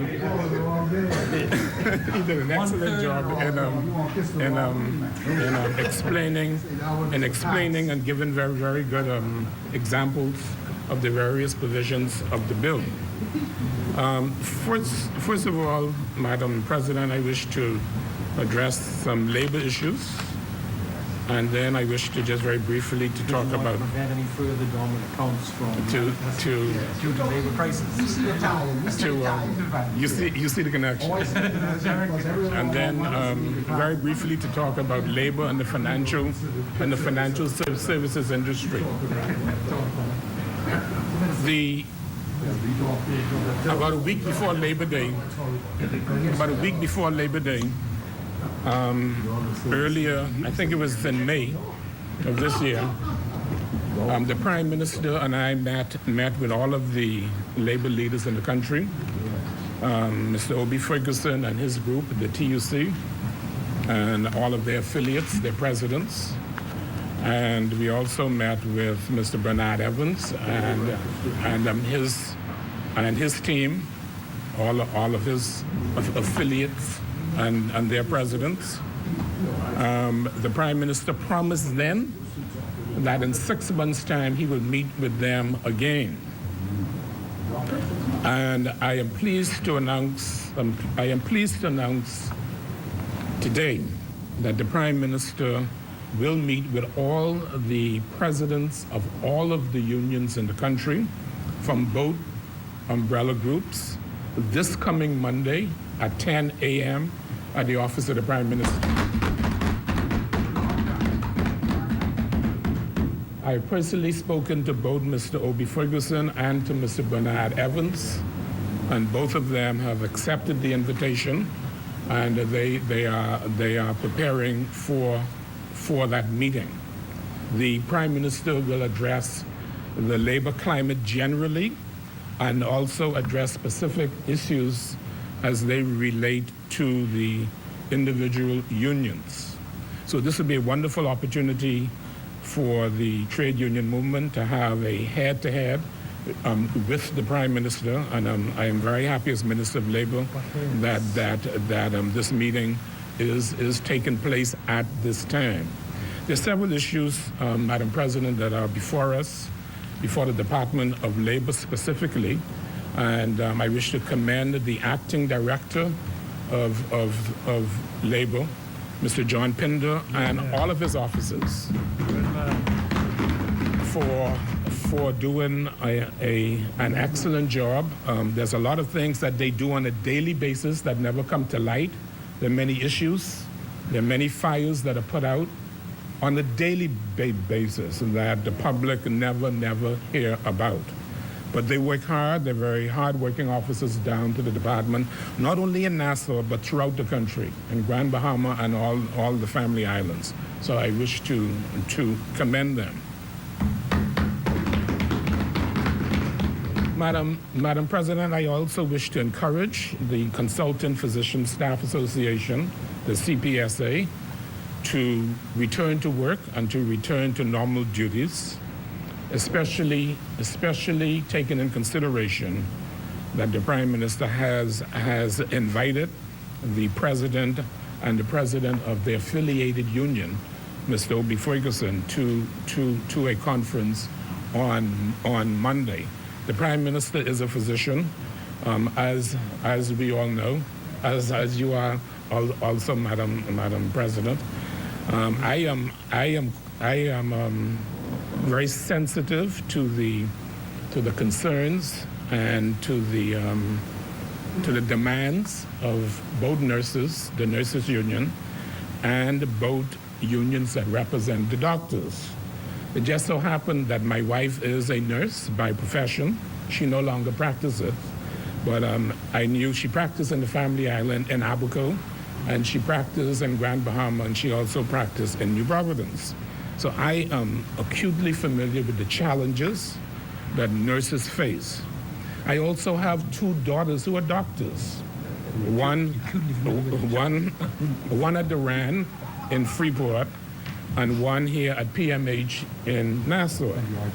And I am very much aware of the challenges directly because of my two daughters, of the challenges that doctors face. But as Minister of Labor, You're not conflicted. as Minister of Labor, I must be fair. Yes. And I must be a mediator in these talks. I am represented by very capable officers, Mr. John Penn, who's been doing an excellent job in conciliating the nurses' dispute. I think another meeting is scheduled for next week, and I hope that we're able to. I'm very hopeful that we're able to resolve all of their issues. A strike vote was approved for today for the nurses union. And they are today is the 29th. No, pardon me.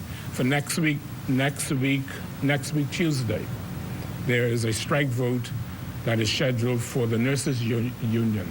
Madam President, as you know, the first vote was ruled to be incomplete because there were certain islands where nurses were not able to cast ballots.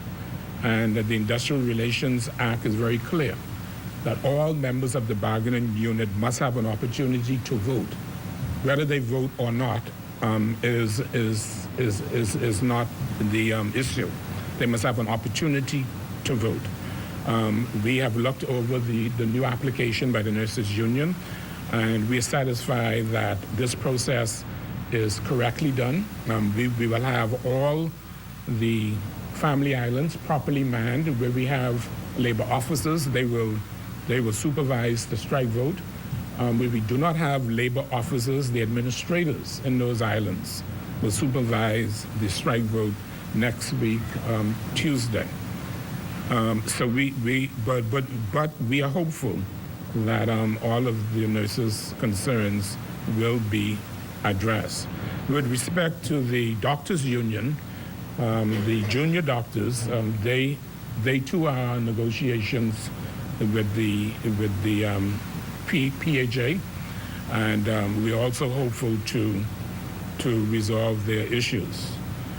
I do not, and I don't think any of my predecessors before me We don't like to get into the weeds of these negotiations, even though we are familiar with all of the matters that are involved. I am called by the press every day, and we have a very good media corps in this country that do an excellent job. And I don't know, sometimes I understand why we cannot comment. But in my case, I refuse to comment on the merits or demerits of the proposals and counter proposals.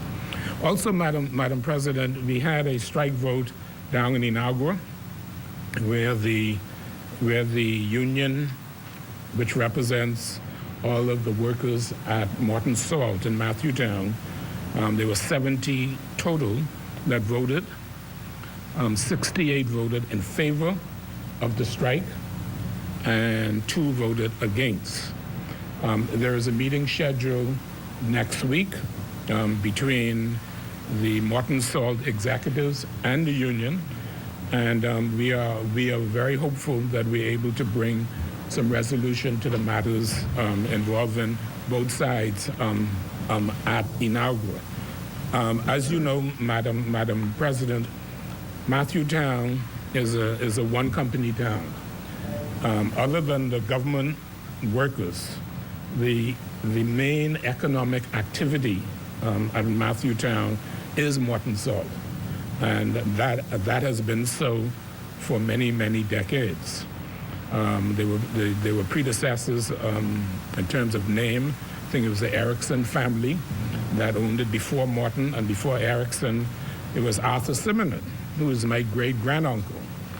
He was the owner of the salt plant at Inagua.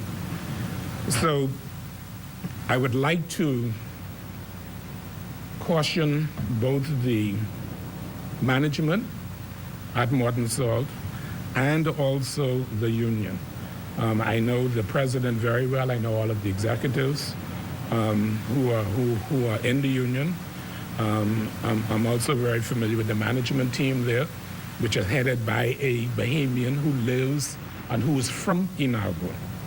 So I am very confident that both sides will come up with some type of an agreement that's acceptable to both sides. Both sides may not get everything, but the main thing is to find some middle ground, and that is acceptable. We've also been in talks, Madam President, with the BCPOU and the management at BTC to ascertain exactly what the issues are there. From my understanding is that there's some question of moving some of the services that are provided here by Bahamians to the Bahamian consumers to another jurisdiction, and to offer those Bahamians who work in that department other jobs at BTC. I understand that is the primary concern. Here again, I do not want to get into the merits or demerits of it, but both union and management are talking at BTC. With respect to the hotel union, the major concern with the hotel union is the overall agreement, contract agreement, which is overdue, which has expired. But specifically at Atlantis, there is a proposal by Atlantis to commence a new system, a new shift system on December the 3rd, which the union has an issue with. A meeting is taking place as I speak down to the Department of Labor that's chaired by Ms. Althea Albury, our Senior Deputy Director of Labor. The hotel union is there, and also Atlantis top executives are there. And I am very hopeful that we're able to get that matter resolved. With respect to the teachers union, we had an application this week, the beginning of this week, to have a strike vote at C.H. Reeves School, secondary school. I have not approved it. I have not declined, but I have not approved the strike vote. For one reason, we're getting legal advice on whether a part of a bargaining unit can conduct a strike vote, as opposed to the entire bargaining unit. The application was for one school only, was for C.H. Reyes. So our in-house lawyer, who is very competent, is advising us, and she is in consultation with the Attorney General's office to advise me as to whether we should supervise this strike vote at C.H. Reyes. But I want to say to the union that no determination has been made whether this can happen, or not. We understand what the issues are at C.H. Reyes, and we are hopeful that if they haven't been resolved already, that they will be resolved soon. Madam President, I thought I would give that analysis of the labor environment. It doesn't relate directly to the bills at hand, but I support the two bills.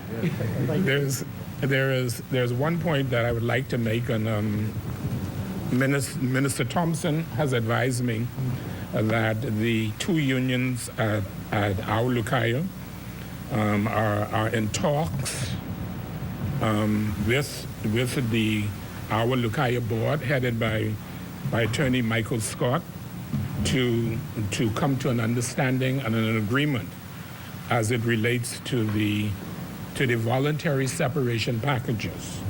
That significant progress has been made with respect to the management union and to the line staff union, and that we are hopeful that both unions and the new board at our Lucayo, that they will be able to come to a settlement, so that those persons who want to leave the hotel, managers who want to leave can leave, and leave with their severance packages. Those in the line staff union, those persons can also leave and leave with their severance packages. We want to get this done before Christmas, so that those persons who are leaving will have their checks in hand. We're very pleased with what's going on at our Lukaya. The board is doing an excellent job. We have many serious contenders in terms of persons who want to purchase the property. I heard the leader of the opposition said the other day that there's some pie in the sky thing about our Lukaya being sold, and that we are misleading the public, but there's absolutely no truth to what the leader of the opposition said. We have serious contenders, persons who are involved in the hotel industry, persons who are involved in the airline business, who have sent in serious proposals to the government to purchase our Lukaya. And the government is extremely pleased with the interest that has been demonstrated so far. Madam President, I also wish to say that I would want to commend the Attorney General, the Minister of Finance, Mr. Peter Tancrest, and also the Minister for Financial Services and Immigration, Mr. Brent Simmerman, for doing what I consider to be a yeoman's job and an excellent negotiations in Europe, and with respect to the OECD, and also respect to the Financial Action Task Force. The Attorney General just recently returned from a very important meeting in the Caribbean, and I'm sure at the appropriate time he will report on that meeting. But suffice it to say that from a labor point of view and from all indications that we have received, both at the ministry level and at the department level, we are satisfied that the banking industry in the Bahamas and the financial services industry in the Bahamas is stable, strong, and growing.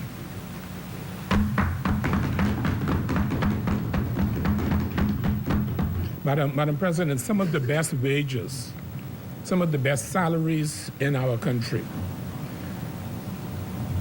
are earned by Bahamians in the financial services industry. Probably the highest, if you would do an average. From a labor point of view, we have ongoing meetings and discussions and dialogue with the Association of International Banks and Trust Companies, AIBT, and the Bahamas Financial Services Board, BFSB, and also the Clearing Banks Association, CBA. We meet with them on a regular basis, and we have discussions with them on a weekly basis. We are also in constant contact with the Union of Central Bankers that represent all of the workers at the central bank, and also with the Bahamas Financial Services Union, BFSU, that represents some of the workers in some of our commercial banks in the country. As a government, Madam President, I must say that there is a concern, and I must, as Minister of Labor, this falls directly under our portfolio. There is a concern about the lack of trained Bahamians in many sectors in our economy. The financial industry is no exception. We have a shortage, for example, of accountants. We have a shortage in the Bahamas of wealth managers and specialized personnel in the private banking industry. There are far too many applications for labor certificates, especially from private banking, in specialized areas that come before the Labor Department and come before me. I have had many discussions with the three organizations mentioned to find out exactly what the issues are, and they're legacy issues in a lot of cases, issues that have been around from one administration to the other. One of the main concerns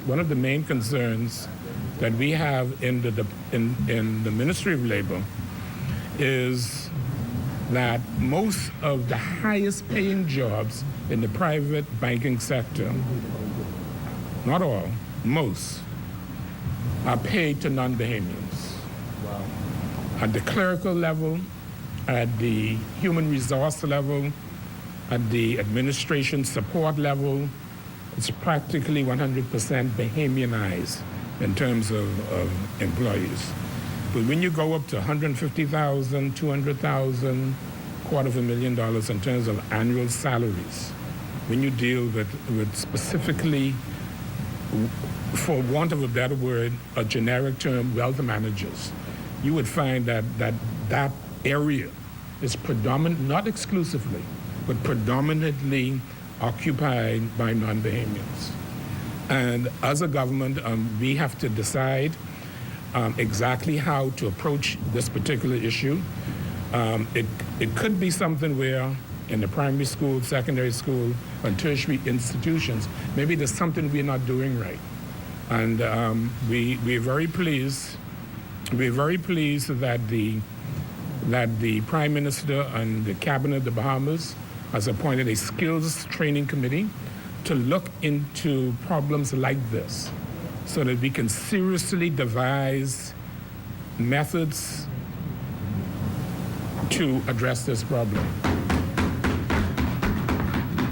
The Prime Minister was gracious enough to open the symposium we had about a month ago, and I'm very pleased to announce that the committee has already reported. It's a comprehensive report. I do not want to get into the details of it, but I will present that report to Cabinet soon, and we will also table it in both houses of Parliament. Madam President, I do not know why there's politics in this debate about these two bills. I do not understand why. I listened to my cousin from Freeport, from Grand Bahama, Senator Darrell, speak. But this is a very simple matter. We ain't thieving no money from nobody.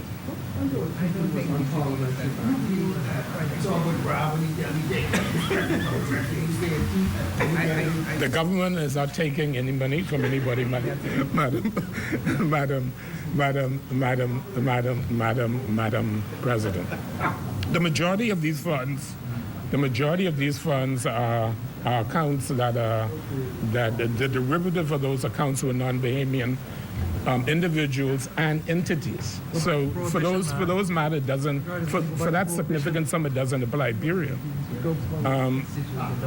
The big problem is commercial banks do not have the ability to go and seek out persons. The central bank does and the government does, and that is something that we're trying to fix a problem. We are trying to fix the problem in the interest of the Bahamian people, and the monies that are unclaimed are going to a very worthy cause. Can we think of any better cause than to help people when they're at their worst, after a national disaster, after a hurricane, people when they're most vulnerable, to use this money for that? So I fully endorse the two bills before us. Madam President, thank you for your indulgence. Thank you, Senator Folks. As many? 1 minute, Madam. I probably need that.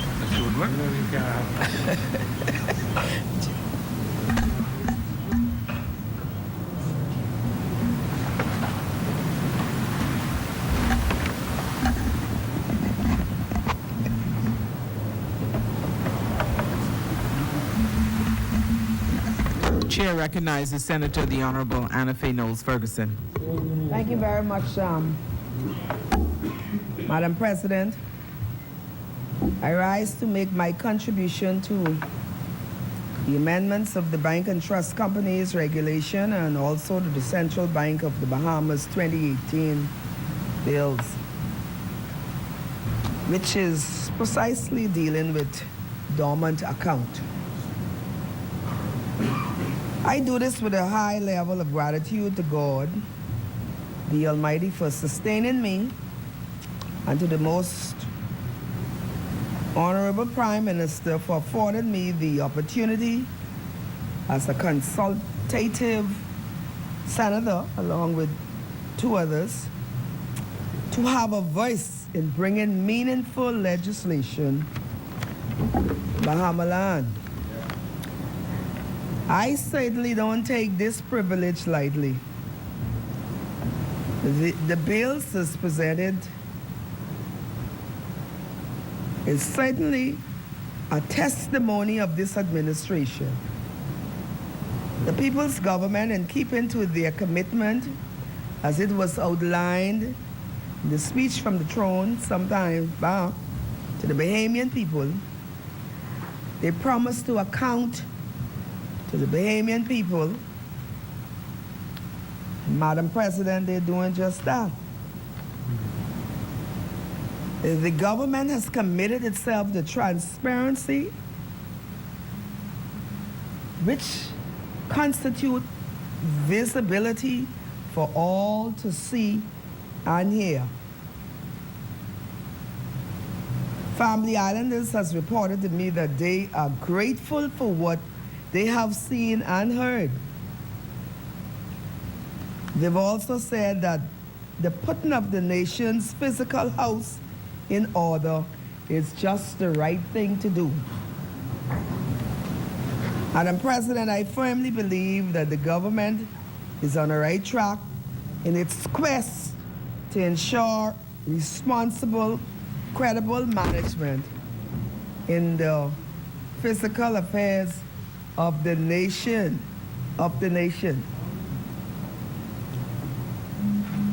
In a nutshell, and for the benefit of persons who's constantly asking what are dormant accounts and what is the link and how does it link to us and how does those accounts affect us? Madam President, I'll say that these bank accounts that have been used by account holders for 7 or more years with no activity, no activities. In Bahamian time, nothing is put on and nothing is taken off. Not displaced on the account. They are just there. On the account, they are just there on the account. It's there on the books. But even after repeated efforts by the bank to contact the customers, the consumers, those years have gone on, and the bank weren't able to establish a contact. Now, bearing in mind that the banks in its daily operation has, quote unquote, a lot of operations, and it beats me from time to time, I'm no banker, but how they do this on a routine basis of small accounts, some of which are less than 500, probably less than 200. But the paperwork must be done for these accounts. And to top it off, the account is inactive. Now, most of the funds, which is, as I understand it, is nearly 70 million in terms of the offshore and foreign currency, and the other part is equivalent to the Bahamians account. They are given a period of 7, and then they are also given another 10 years. After 17 years with no transactions, the bank closes the account, and the money is therefore transferred to the Central Bank of the Bahamas to hold and to administer until they are claimed by the depositors or the estate. This process, the bill seeks to strictly regulate this process.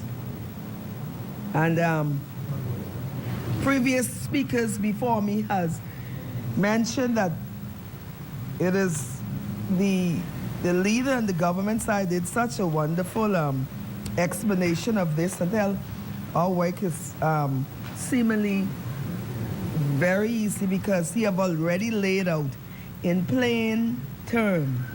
A primary school student could understand the terminology that the leader gave. It is very simple. With this new amendment, if no one claims the money for a further period, then the money is then the money would then be transferred to the government. This is generally in line with international best practice. However, in some jurisdiction, after 7 years, the money is being dispensed. So I think the Bahamas is very, very lenient when it comes to this type of dormant accounting.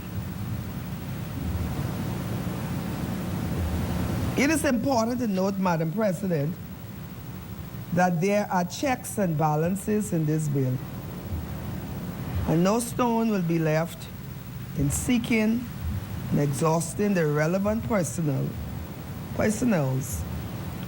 or entity concerning their dormant accounts. Consistent with responsible government, when all avenues are being exhausted, then and only then would the government move to expeditiously conclude this outstanding matter. It is my understanding that some 41 million out of the proposed 88.7 million amount in the dormant account that would be by law, that we could accommodate, transfer that is, sorry, by law to the consolidated fund. It makes my heart glad, Madam President, to hear that the government proposes to invest these funds to start the Disaster Relief Fund, which was previously announced as part of the government's fiscal strategy. This initiative demonstrates to the great people of the Bahamas and the international community that the government is seriously mitigating the material risk to physical sustainability and economic resilience for natural disasters. After what I have experienced, Madam President, in 2015 with the onslaught of and the ferocity of Hurricane Joaquin and its recovery efforts afterwards, this is a mature way to have the dormant money used as in a national disaster cases. Family Islands could attest to that.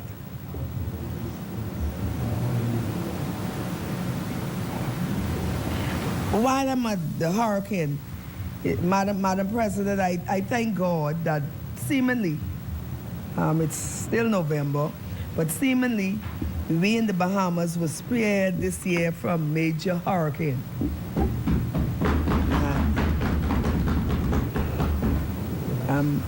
It would appear that a few years ago, every year we had major hurricanes. I'm sure that the Family Islanders and even New Providence, who in the last hurricane, I think in 2016, it was real devastating.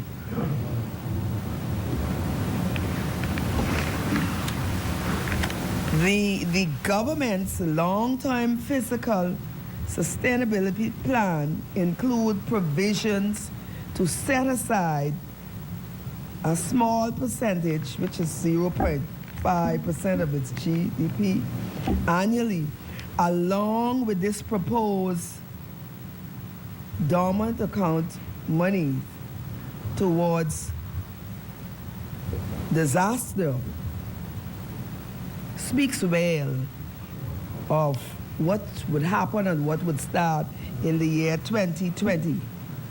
Now, contrary to those who say that the government is using this dormant account as a public relation machinery, I'm sorry that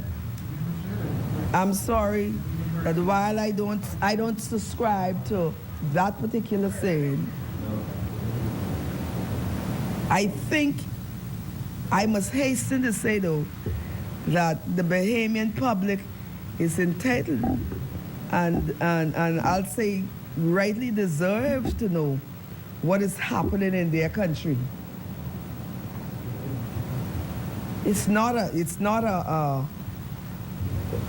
propaganda machinery. It's not a public relation machinery, but they ought to know what the government is doing with all the machineries that it has at its disposal. These bills are definitely in line with most developed systems of law in the region and by extension in the world. Madam President, the government of the Bahamas ought to be congratulated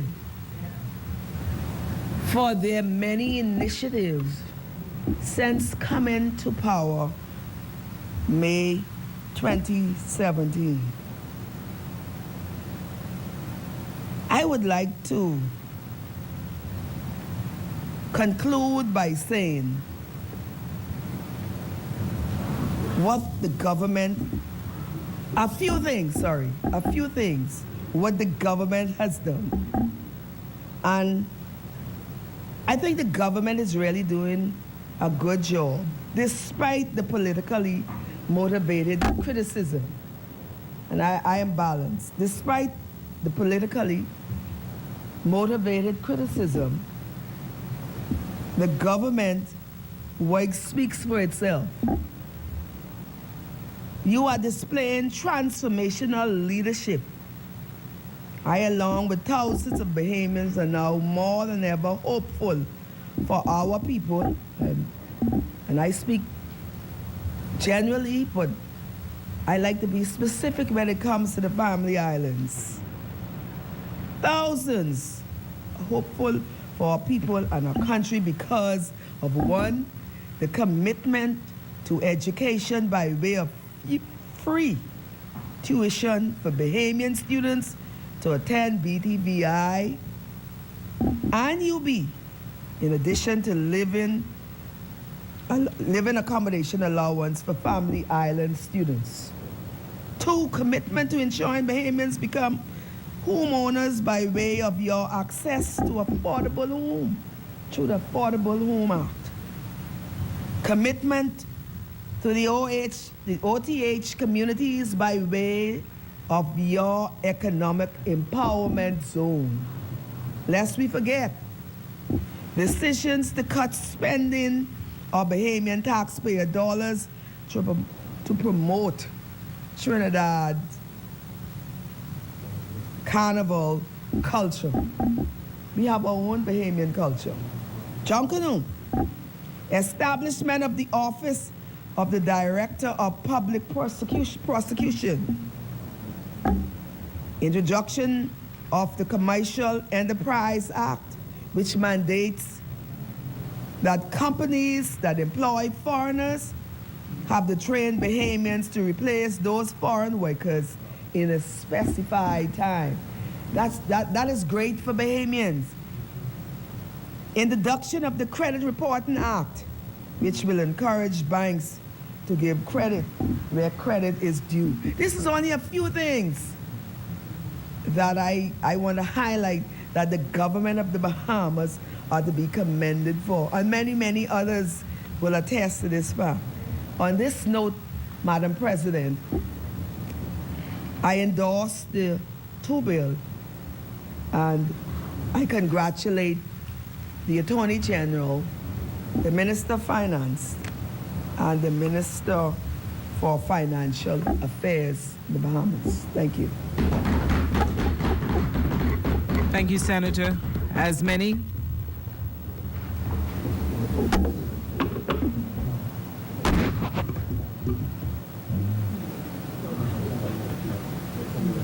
Chair recognizes Senator the Honorable Jenny Isaacs Dotson.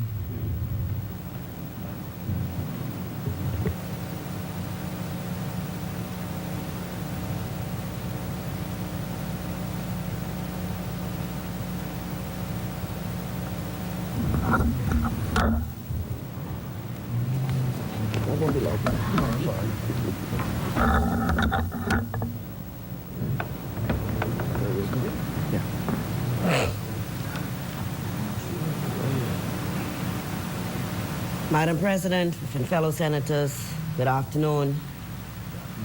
I stand here today to thank the Almighty God for allowing me to be alive and awake and to be here at this time. I wish again to thank the Prime Minister, the Most Honorable Dr. Hubert Minnis, for appointing me to the Senate.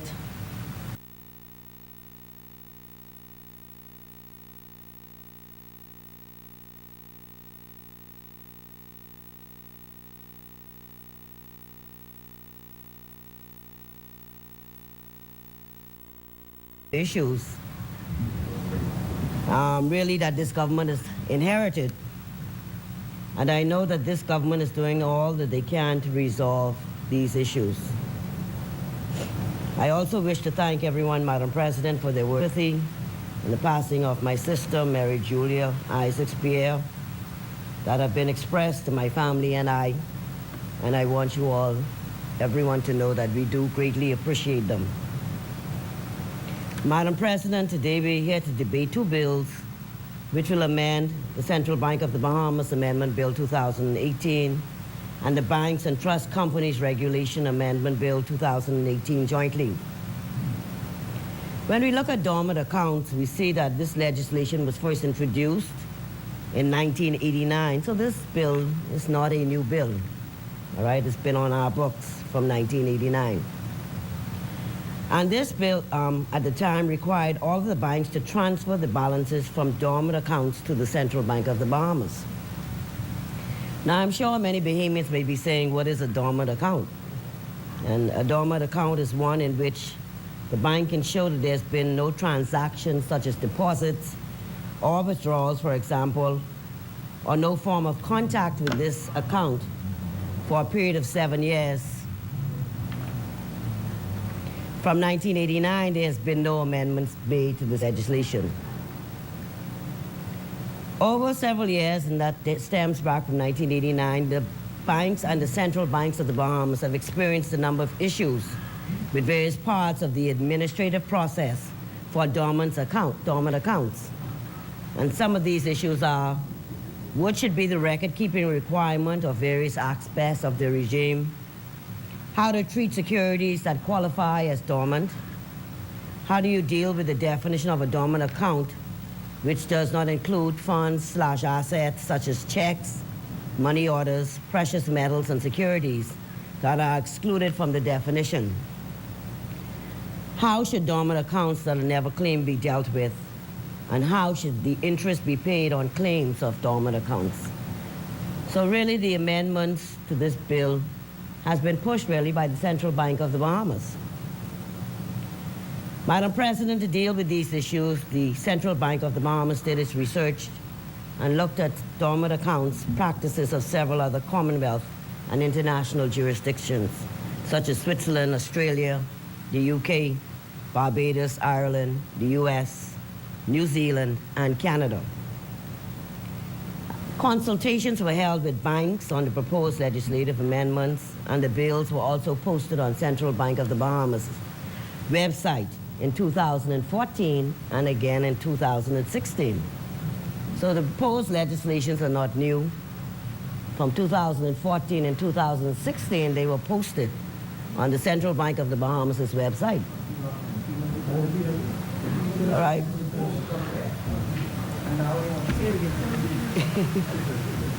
Yep, they were posted from 2014 and again in 2016. The proposed legislation was available for 90 days and then a 30-day public consultation as well. In addition to being posted on the Central Bank of the Bahamas website, it was also published in the newspapers and posted on their websites. They had notes explaining the existing legislation and the critical areas that were actually being proposed. It is important to note that the Central Bank of the Bahamas is the entity that is responsible for the custody and administration of the balances on these accounts. These bills will provide the needed and significant transformation needed to deal with the administrative issues that banks experience with dormant accounts in the Bahamas. These amendments will legislatively deal with these issues and also bring up to date the system, bringing it in line with international best practices. Madam President, the Central Bank of the Bahamas Amendment Bill 2018 seeks to repeal and replace Section 24 of the Central Bank of the Bahamas Act. The amended bill will empower the central bank to deal more effectively with dormant account balances. The Central Bank of the Bahamas Amendment Bill 2018 retains the existing requirements for the central bank to accept funds transferred to it pursuant to Section 20 of the Banks and Trust Regulation Act and to pay interest on such funds. It is proposed to reassign the existing Section 24 as subsection 1 of Section 24 and to introduce 12 new subsections immediately following it. The proposed new sections are as follows.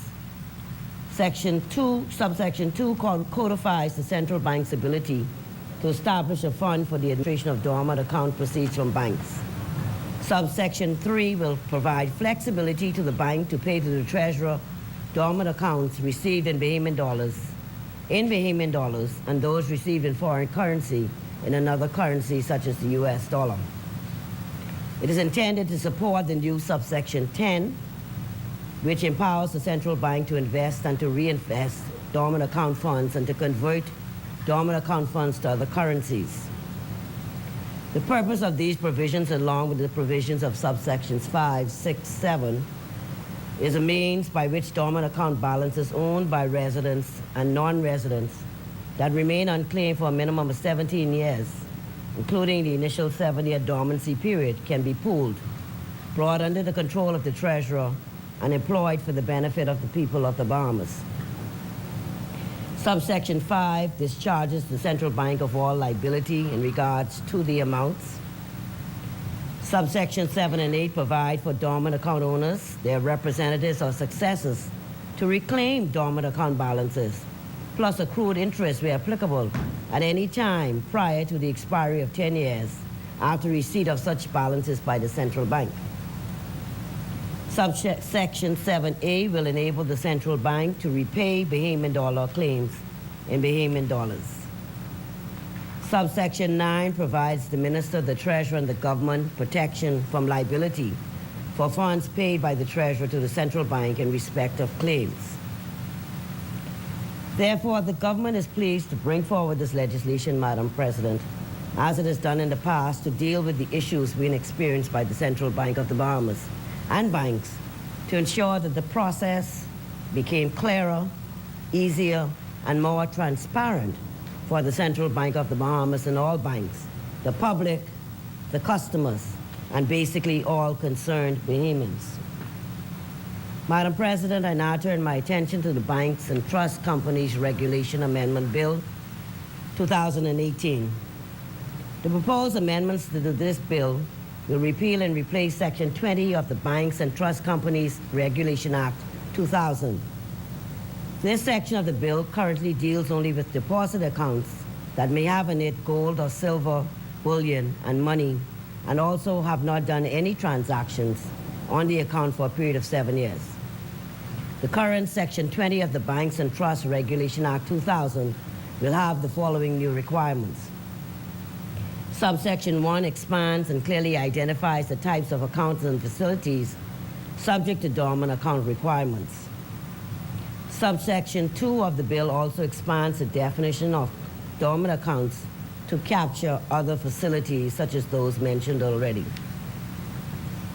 For other facilities, subsection 3C provides for the dormancy period to be calculated from the date on which the facility was issued, established, or the obligation to make a payment in respect of the facility accrued, whichever is the latter. Madam President, subsection 4 retains the existing obligation for banks to pay to the central bank dormant account amounts equal to and in the same currency denomination as any liability. This is inclusive of cash deposits found in dormant safety deposit boxes. Madam President, in subsection 5, there are new obligations and protections for banks and others relating to the treatment of dormant accounts of gold and silver bullion and securities.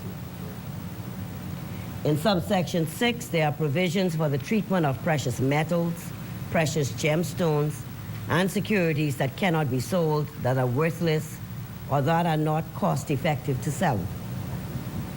In subsection 8, there is a record retention requirement for banks in respect to dormant accounts paid over to the central bank. Subsections 10 and 11 set out the reporting requirements for exempted accounts and facilities. Subsection 12 also replicates the existing power of the central bank to pay interest on dormant account balances transferred to it once claimed. Subsection 13 provides for a bank to be discharged from liability with respect to balances owing on a dormant account once transferred to the central bank. This is a protection that is missing in the existing legislation. Subsection 14 similarly provides for the central bank to be discharged from liability with respect to dormant account balances received from banks when the central bank either pays the equivalent of those balances to an individual entitled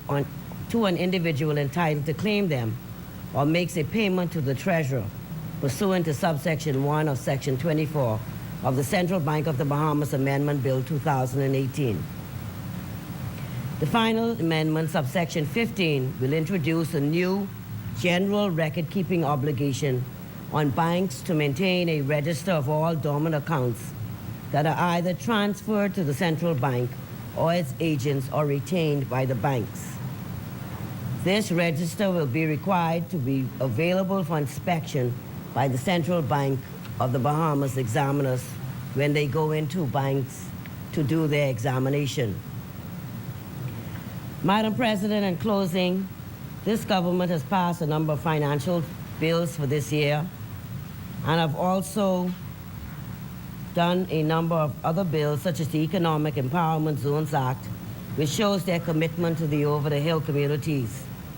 They've cut out Junkanoo Carnival.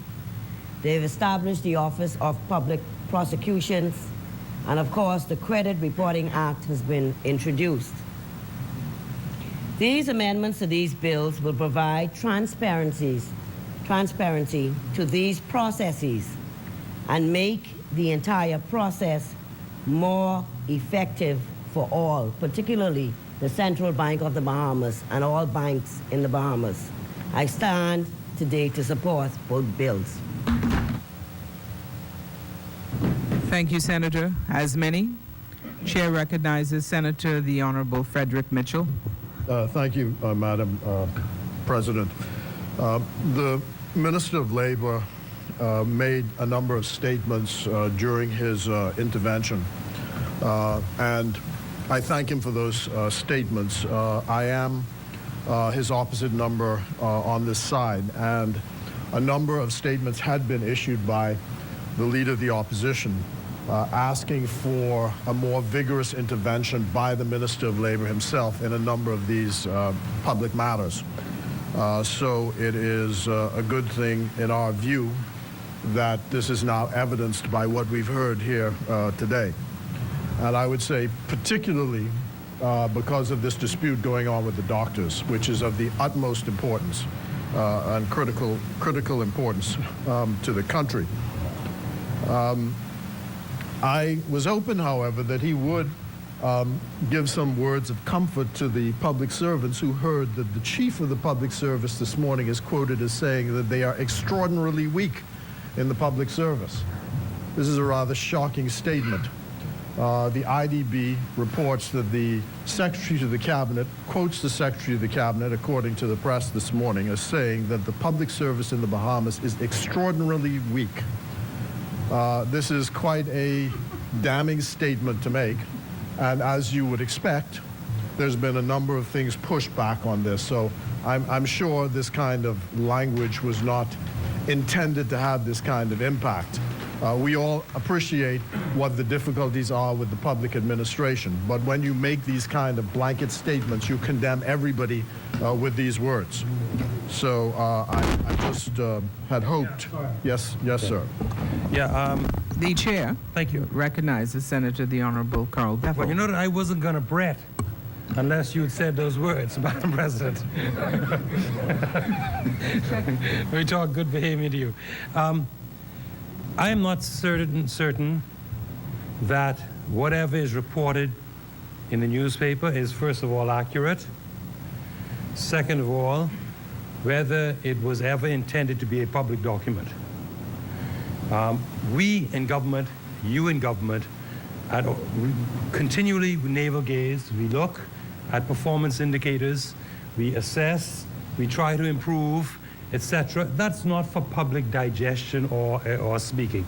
So I'm not sure, first of all, the accuracy of what was reported, nor am I certain that it was intended to be any more than an evaluative exercise, a harsh look, a harsh criticism, but to basically say what the view was as to where we are, and then, of course, the next question is, where do we go to improve the situation? And I'm not sure that that was intended for public consumption. And so, on that note, I would ask my friend, he's made his point, and mine is, as has been stated. And the last thing that I'd say, sir, is it behooves us all well to look critically at everything that we do in public administration, because that's the only way we're ever going to improve it. But that all being said, the provenance of the story, the basis of it is unknown, and the truth of it, in terms of its ascription and everything else, is unknown. So I would think that you've made a general point. If we could move on from this point, it would be very helpful, and we'll see where we go with that. Thank you. I understand your anxiety, but the Minister of Labor was quite ample. He went on for 15, 20, 30 minutes until the last bit of his presentation to talk about the bills. So once that's put in the public domain, I've used the opportunity. I said I'm his opposite number. This is obviously cannot be the view of the government. Cannot be the view of the government. I am not aware of the veracity of that which you are speaking of. It's a newspaper story, as I understand it, where certain comments are ascribed to somebody. I would like to have the facts before I form an opinion. Thank you. I'm simply saying we have great confidence in our public service. Fine. And we love That's all our we need public to hear. servants, and we want them to do an even better job. Thank you. That's all we need to hear. That's all we need to hear. This startling headline this morning from a newspaper of record. This is not the down market newspaper. It's a newspaper of record. Right. No, I'm not calling no names, you know. I'm not calling no, don't get me in that, you know. It is not Secondly, can we move on? Secondly, Madam President, the question that I'd like in the wrap-up for the Minister, the Attorney General, to clarify. During your presentation, you said that this money was going to be put in a separate fund. Well, that's why I wanted to clarify that, because see, yes, right. The Act says, but more than that, the Constitution, I thought, created the consolidated fund, so we abolished all separate funds. So that's the point. That's the point I want to find out, right? Now, the issue, first of all, I mean, the starting point, as you know, is I'm not sure what the mischief is at all.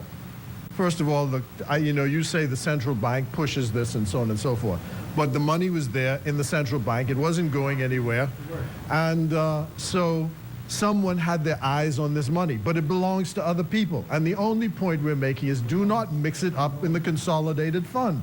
That's the other point, because you're appropriating it. You're taking it, right, with the permanent intention of depriving, even though it is subject to the ability of someone to claim after some procedures. But what we're saying is, and this is where the distinction will come. What's the point of order, Senator? The point of order is in the comment attributed to me a moment ago by the member opposite in explaining his point, and the statement that we were taking something, appropriating. Now, let me explain. Nobody is appropriating anything from the beneficial owner. As I indicated in my speech, and as you know, as a senior counsel in the practice of the law, many years, when monies are deposited to a bank, the owner of the money is the bank. The depositor is left with a right pursuant to contract to the utilization of the fund. So that legal ownership is now being transferred to the treasurer. And the monies will go into the consolidated fund as the Act stipulates, as is required, but be earmarked for a certain purpose. Nobody is taking the beneficial interests or appropriating the beneficial interests of the ultimate owners if they are ever to be ascertained. That remains, and that is not being appropriated or taken or stolen or grabbed by the government. Yeah, okay. May I move, Madam President, that the business of the Senate to continue after 1 p.m. Thank you. Is there a second? Madam President, I rise to second. It has been moved and seconded that the business of the Senate continue past 1 o'clock. All those in favor would say aye. Aye. Those opposed, nay. The ayes have it. The business of the Senate will continue past 1 p.m. But- Chair recognizes Senator the Honorable Frederick Mitchell. But, in answer to your point, the monies are in the central bank as in a manner of a trust. Are they not? Right. So the beneficial ownership. This, as I understand it, proposes to transfer the money, the ownership of the money, to the treasurer. To the treasurer. Subject to someone having to take some procedures. So our concern is one, actually it appears that this is an appropriation, number one, and two, that the person has to go through all kinds of procedures to get their money back, and then three, you're mixing up in the consolidated fund where it gets lost. So that is why we are suggesting that the mechanism they use in the UK to create this reclaim fund, so it never gets mixed up with the consolidated fund, and it is absolutely clear that the ownership remains in those whose money it is. That's the issue. That's the only issue. As I said, I'm not sure why there's any mischief to cure in the first place. I really don't know. But I thought you have an opportunity to wrap up, right? I'm not sure what the mischief is, because the money's sitting quite content in the central bank, not bothering anybody. You know. But if you want to say this is modernizing and so on and so forth, fine, no problem. The other thing that I would like to do, though, is to use this, if I may, to speak more broadly to the central bank and its role. Because I think that, and this is a point I've raised here before, my experience in the far past, meaning 67 to 87s or thereabouts, was that the central bank of the Bahamas, although it has some regulatory powers, but it used what you would call the governor's good offices to protect consumer interests. Now, the Minister of Labor, in his other garb, made some announcements about fees and so on and so forth, because there are complaints all around about the fee structures that banks, right, they're charging you to keep the money and so on and so forth. So I wanted to urge that the central bank takes a more active role in protecting consumers in this country with banks. The services are deteriorating. There's no question. They're appalling, if I may say that. I can't say that. No, they're appalling. No, I agree. I'm telling you, they are appalling. They are appalling, and they need to be corrected. So they are appalling. And two is, our country seems to be, and this appears to be in the Caribbean generally, appears to be the object of changes going on in the banking sector over which we have no apparent control.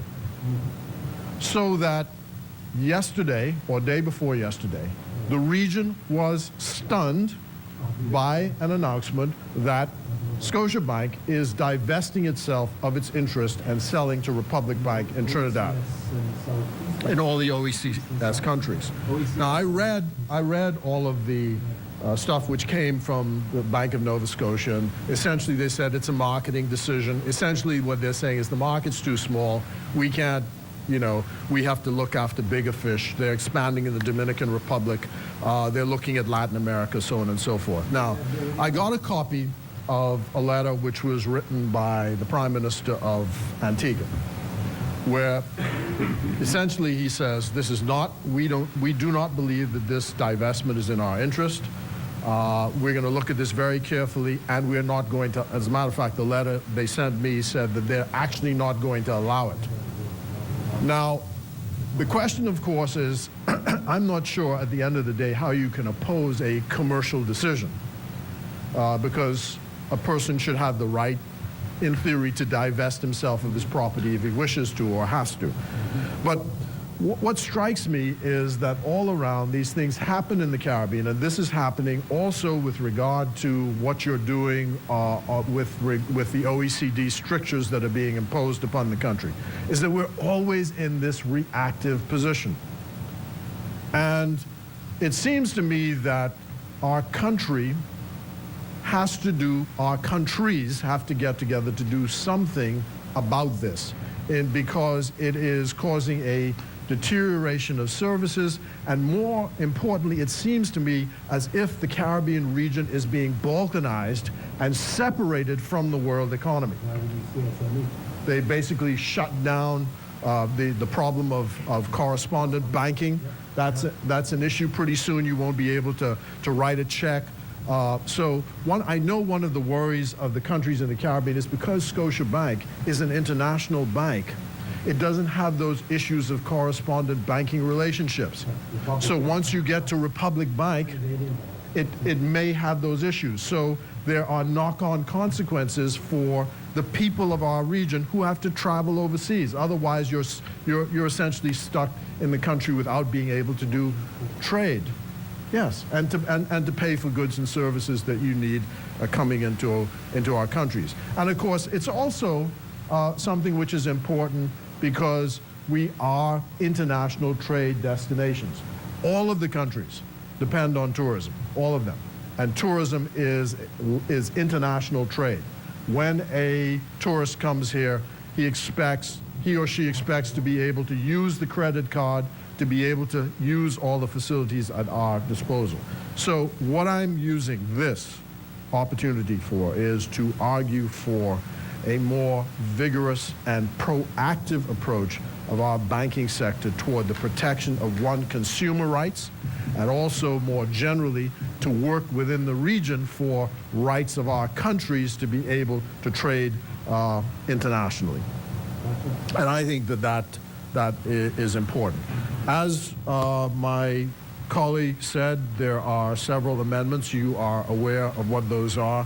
Essentially, our difference is that instead of the consolidated fund, there ought to be a company called Reclaim Fund Limited, which would be responsible for the administration of the monies. It would be clear from the amendment that these monies still belong to the persons and they have the right to get them back. That is, I think, the only significant difference. But with those few remarks, I want to say that we look forward to the committee stage where we will offer the appropriate amendments at the appropriate time. And I thank you. As many, Chair recognizes Senator the Honorable Carl Bethel. Thank you very much, Madam President. Let me first congratulate all colleagues again on the quality of their presentations. I feel that plainly those who spoke, all who spoke, gave a great deal of thought. And I commend the members opposite on them coming with obviously a carefully thought out series of amendments. However, though carefully thought out, they're ill-conceived. They're ill-conceived because they proceed on a fundamental, and this is my view, my interpretation, a fundamental misconception, misapprehension, misunderstanding, plenty misses, misunderstanding of the nature of money, the nature of dormant accounts, what has to happen for a claimant to get access to dormant funds today and whether or not anything that is done in this bill is going to change any of that. Nothing in this bill, these bills, will change the fundamentals of the relationships on all these three matters I spoke about. First of all, the nature of money. When a person deposits $10 to their bank account, the property in, let me make it clear. I take this nice, beautiful Bahamian $10 bill. I know Fred doesn't like the front part, but anyway. That's one under the bridge. I deposit this beautiful bill, and this bill has an individual serial number on it. Okay? That no other $10 bill has the same serial number. D166944. And say they do this to stop the counterfeiters. They put all kind of strange devices in. This is a unique $10 bill. When I deposit this in Royal Bank of Canada or Commonwealth Bank, that's my bank Bahamian, but deposit this in the great Scotia Bank says it's a Bahamian bank. Absolutely, they all are. They are Bracket Bahamas Limited. They all are, yeah. But this is, we say, you know, you got a paper Bahamian and you got a real Bahamian. This is a real Bahamian bank. Let me talk Bahamian. This is a true Bahamian bank. So when I deposit this in this true Bahamian bank, this $10, I get $10 added to my account.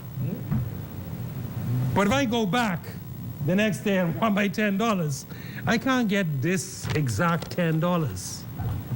This only represents the value of $10. I do not own the note. I do not put the note in and get the note out. I put $10 value into my account, and I get $10 value attributed to it. Okay. The owner of this dollar, this note, and the owner of what is represented as being my account is the bank. The bank owns this piece of paper, and it owns what is shown on my account as well, lawfully. So if someone went on my account and stole the money, the proper claimant is the bank. They stole the bank's money. The bank holds an equitable interest for me on my account, which is represented by the value of my account. When that equitable interest becomes dormant, because I haven't touched it in more than 7 years, the bank then takes that over and deals with it how it's dealing with it. They maintain a ledger entry for me. So if I come along, bring my passport, bam. And so theoretically, in some of these banks, you might have money going back to Prohibition. You know, some of the fellas, not all made it, you know. Some of the fellas who were smuggling rum to the U.S., not all survived the joys of that period. Some may have left accounts going way back. Do you think we still have 1920s United States dollars sitting around in a musty vault in some bank? Or sitting around in some dry-up boxes in the central bank? No. The ledger entry under the 1989 law for those monies was transferred, and funds were transferred to represent those ledger entries to the central bank. Do you think the central bank keeps that money in boxes down in the bottom of that building up there on Frederick Street? Absolutely not. They have 4 accounts spread out over different banks where they deposited these monies over the years. They are back in the banking system, but the legal ownership of the money has changed from the commercial bank to the central bank. The beneficial ownership has remained the same. all the way through that process. Now, my colleagues opposite say this bill makes a bunch of rigmarole for people to get their money. It's rigmarole to get your money anyhow, under the present law. Under the present law, the very same process that I indicated, you may want to acquire a piece of property. You may have to go and clear the estate of your grandfather in order to do it. And this has happened. Bahamians trying to do one thing were led to the position where they had to probate an unprobated or unadministered estate of an ancestor. And in the course of the due administration of the estate, inquiries were made and funds were discovered. Or people determined, I believe, and family tradition, you know, Kandaki had all this money in the bank and she dead and the bank ain't give us the money. You hear these things in families. And so some heirs and potential say, let's find out. Let's probate her estate. Let's go and administer it. Let's find out what money Kandaki had in that bank. If she had any of that. And then you know, in some of you call everybody cousin this and cousin that. Okay, so I'm just speaking colloquially. You go and you do it. You probate or administer the estate. If they left a will, you probate it. If they died intestate without a will, you administer it. The administrator or the executor then goes and writes letters to all the banks. Any ledger accounts, any ledger entries, any accounts, any safe deposit in the name of Kandaki. Okay, fine. And that's how it works. You get a response. Oh, this money was transferred to the central bank. What happens? They don't just walk over and say, give us the money. They have to bring copies of the grant, of letters of administration, or the grant of probate, prove that they are the persons referred to, the administrator or the executor, and then they make an application.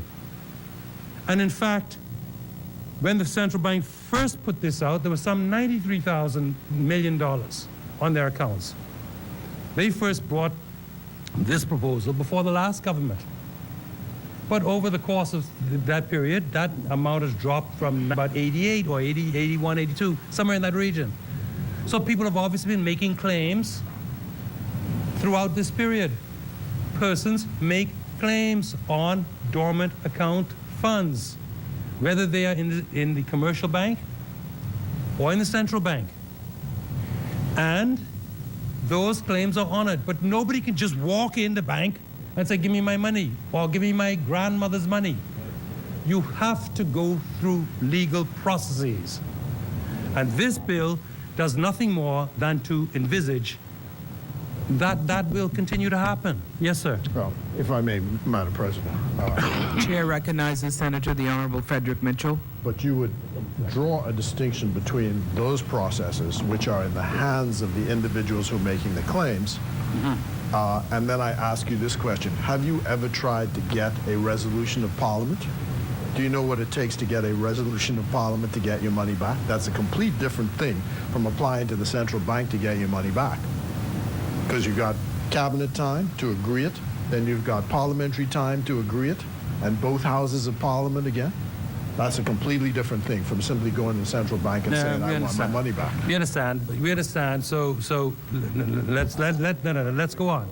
And so you say, okay, you now acknowledge, first of all, and I don't think it was acknowledged in the other place, but it's now acknowledged that on a correct reading of this act, and in particular of section 24(6)(c), when read along with 24 subsection 7 and 8, that it is possible, irrespective of the passage of time,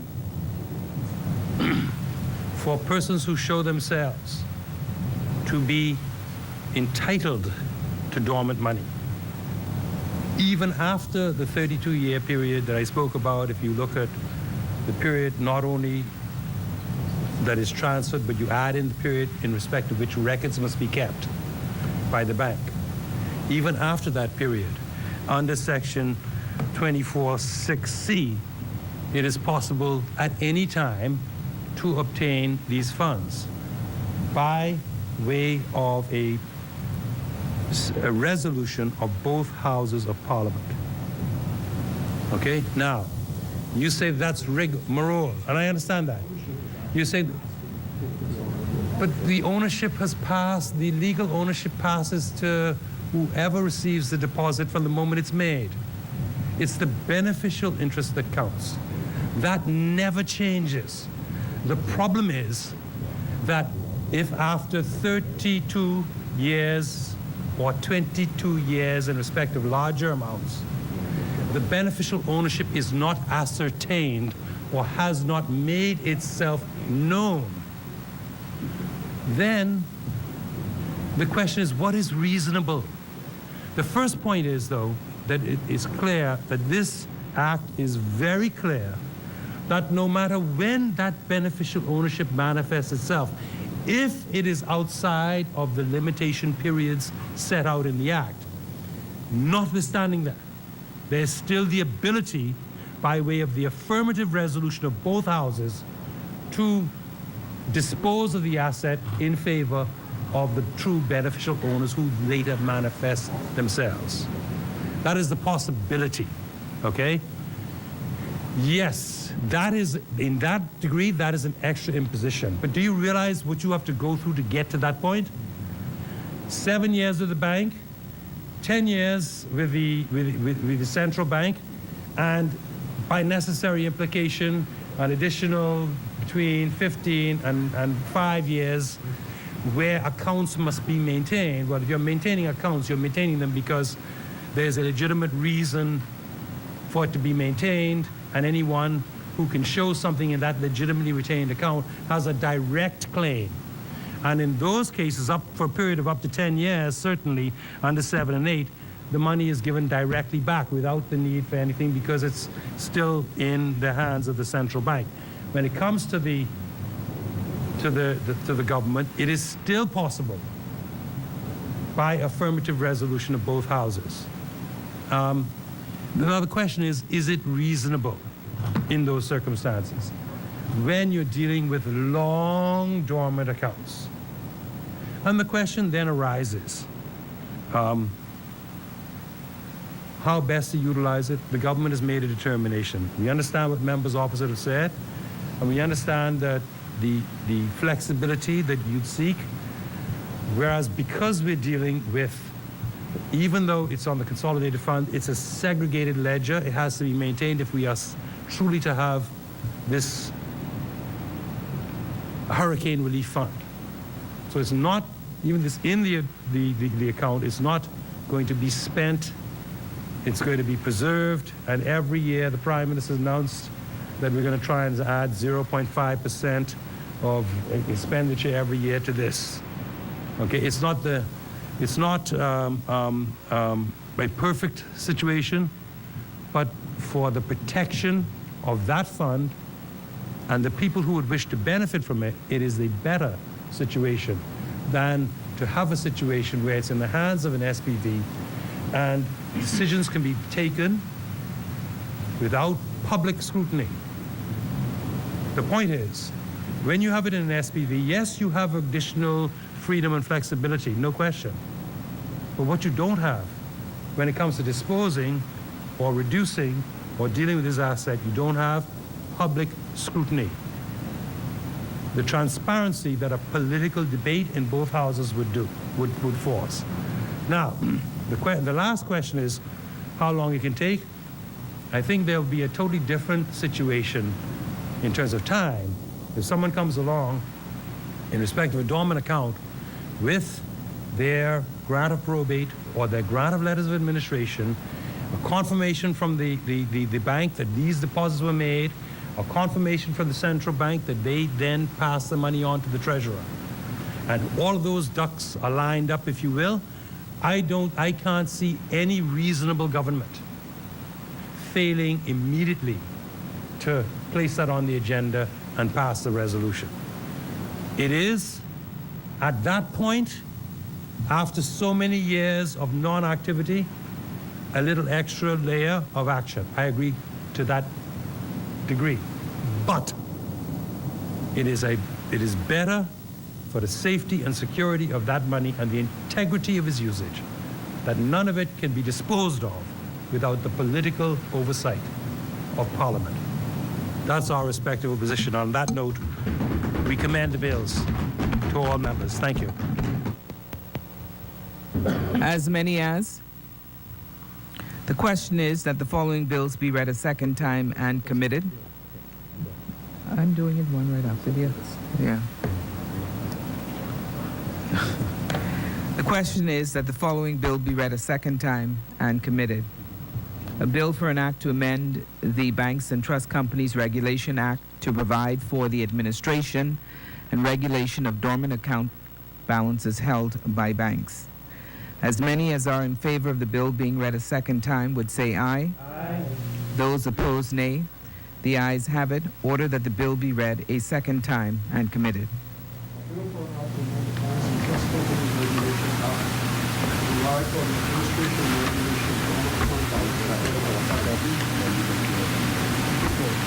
Further second readings?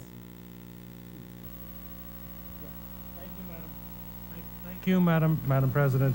I beg leave to move for the second reading and committal of a bill for an act to amend the Central Bank of the Bahamas Act to provide for the transfer to the Treasurer and disposal of dormant account balances paid to the Central Bank and for connected purposes. If I may obtain a seconder. I rise to second. It has been moved and seconded that a bill for an act to amend the Central Bank of the Bahamas Act to provide for the transfer to the Treasurer and disposal of dormant account balances paid to the Central Bank and for connected purposes be read a second time and committed. Further second readings and committal of bills? No further. Sorry. Yes. Read the bill. Yes. I'm sorry, clerk, read the bill. A bill for an act to amend the Central Bank of the Bahamas Act to provide for the transfer to the Treasurer and disposal of dormant account balances paid to the Central Bank and for connected purposes. Further second reading and committal of bills. Madam President, there are no further second readings. At this point, I wish to move that the Senate do now resolve itself into a committee of the whole with the Vice President in the chair. If I may obtain a seconder. I rise a second. It has been moved and seconded that the Vice President do now take the chair. As many as are in favor. Oh, sorry. Yes. It has been moved and seconded that the Vice President do now take the chair and the committee resolve itself in the committee of the Senate do resolve itself in the committee of the whole. As many as are in favor would say aye. Aye. Those opposed, nay. The ayes have it. The Vice President will now take the chair. She said you were telling me I had George here. I usually just right. It's just once in a while I hit on the right spot.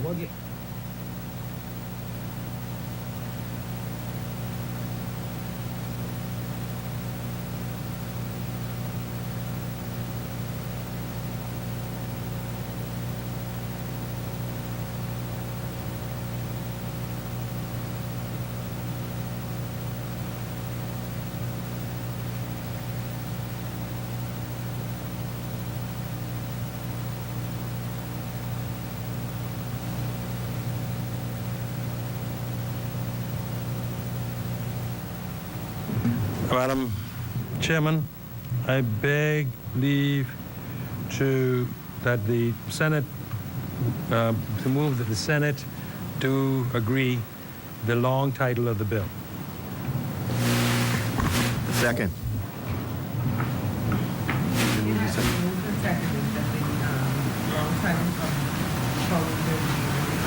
As many. Aye. As many as in favor. No. We agree. Me. Okay. Madam President, the ayes have it. Yes. Madam Chair, I beg leave to move that the short title and commencement of the bill be agreed. Madam President, second.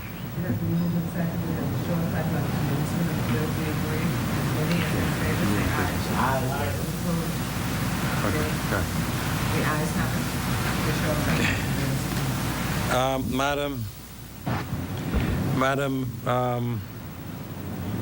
Chairman, I beg leave to move that clause 2 of the bill be agreed, and I believe that my friend opposite has an amendment to the section 20 referred to in clause 2. Which bill are you doing? Which bill? Which one? This is Banks and Trust Companies Regulation. You see clause 2 repeals and replaces section 20. So the members opposite are making an amendment to that to repeal the provision. Replacement provision.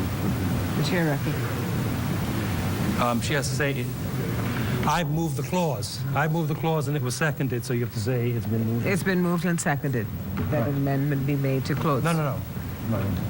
That clause to That clause. be agreed. The clause. Okay, you agree with that. So it's been... That clause 2 be agreed. As many?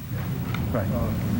Madam The chair recognizes Senator Mitchell. Madam Chair, I'd like to propose an amendment to clause 2 at clause 20, in section 22, the definition section, so that it reads, in the definition of dormant account, after the words, quote, period of 7 years, add, or not responded to at least by 3 bank-initiated written notifications of inactivity. Which page is that? That's on page 3. Over the page. Next page. That's right here. Dormant. Okay. After the words, period of 7 years, I'm proposing to add, or not responded to after at least 3 bank-initiated written notifications of inactivity. No, second. I so move. It has been moved and seconded that in clause 2, section 20, under dormant accounts. Yes. First. You say as many. Says many. As many? The government side cannot support this amendment. Firstly, it's well-meaning, but it is impracticable. If the account is dormant, they don't know who the beneficial persons are by necessary definition, so there's nobody to whom they can issue such a notice. So the government side will not be supporting that amendment. You put the question, please. Do we need a second? No, you just put the question now. It's been moved. It's been moved and seconded that the clause 2 be not amended. That's right. I thought we're not.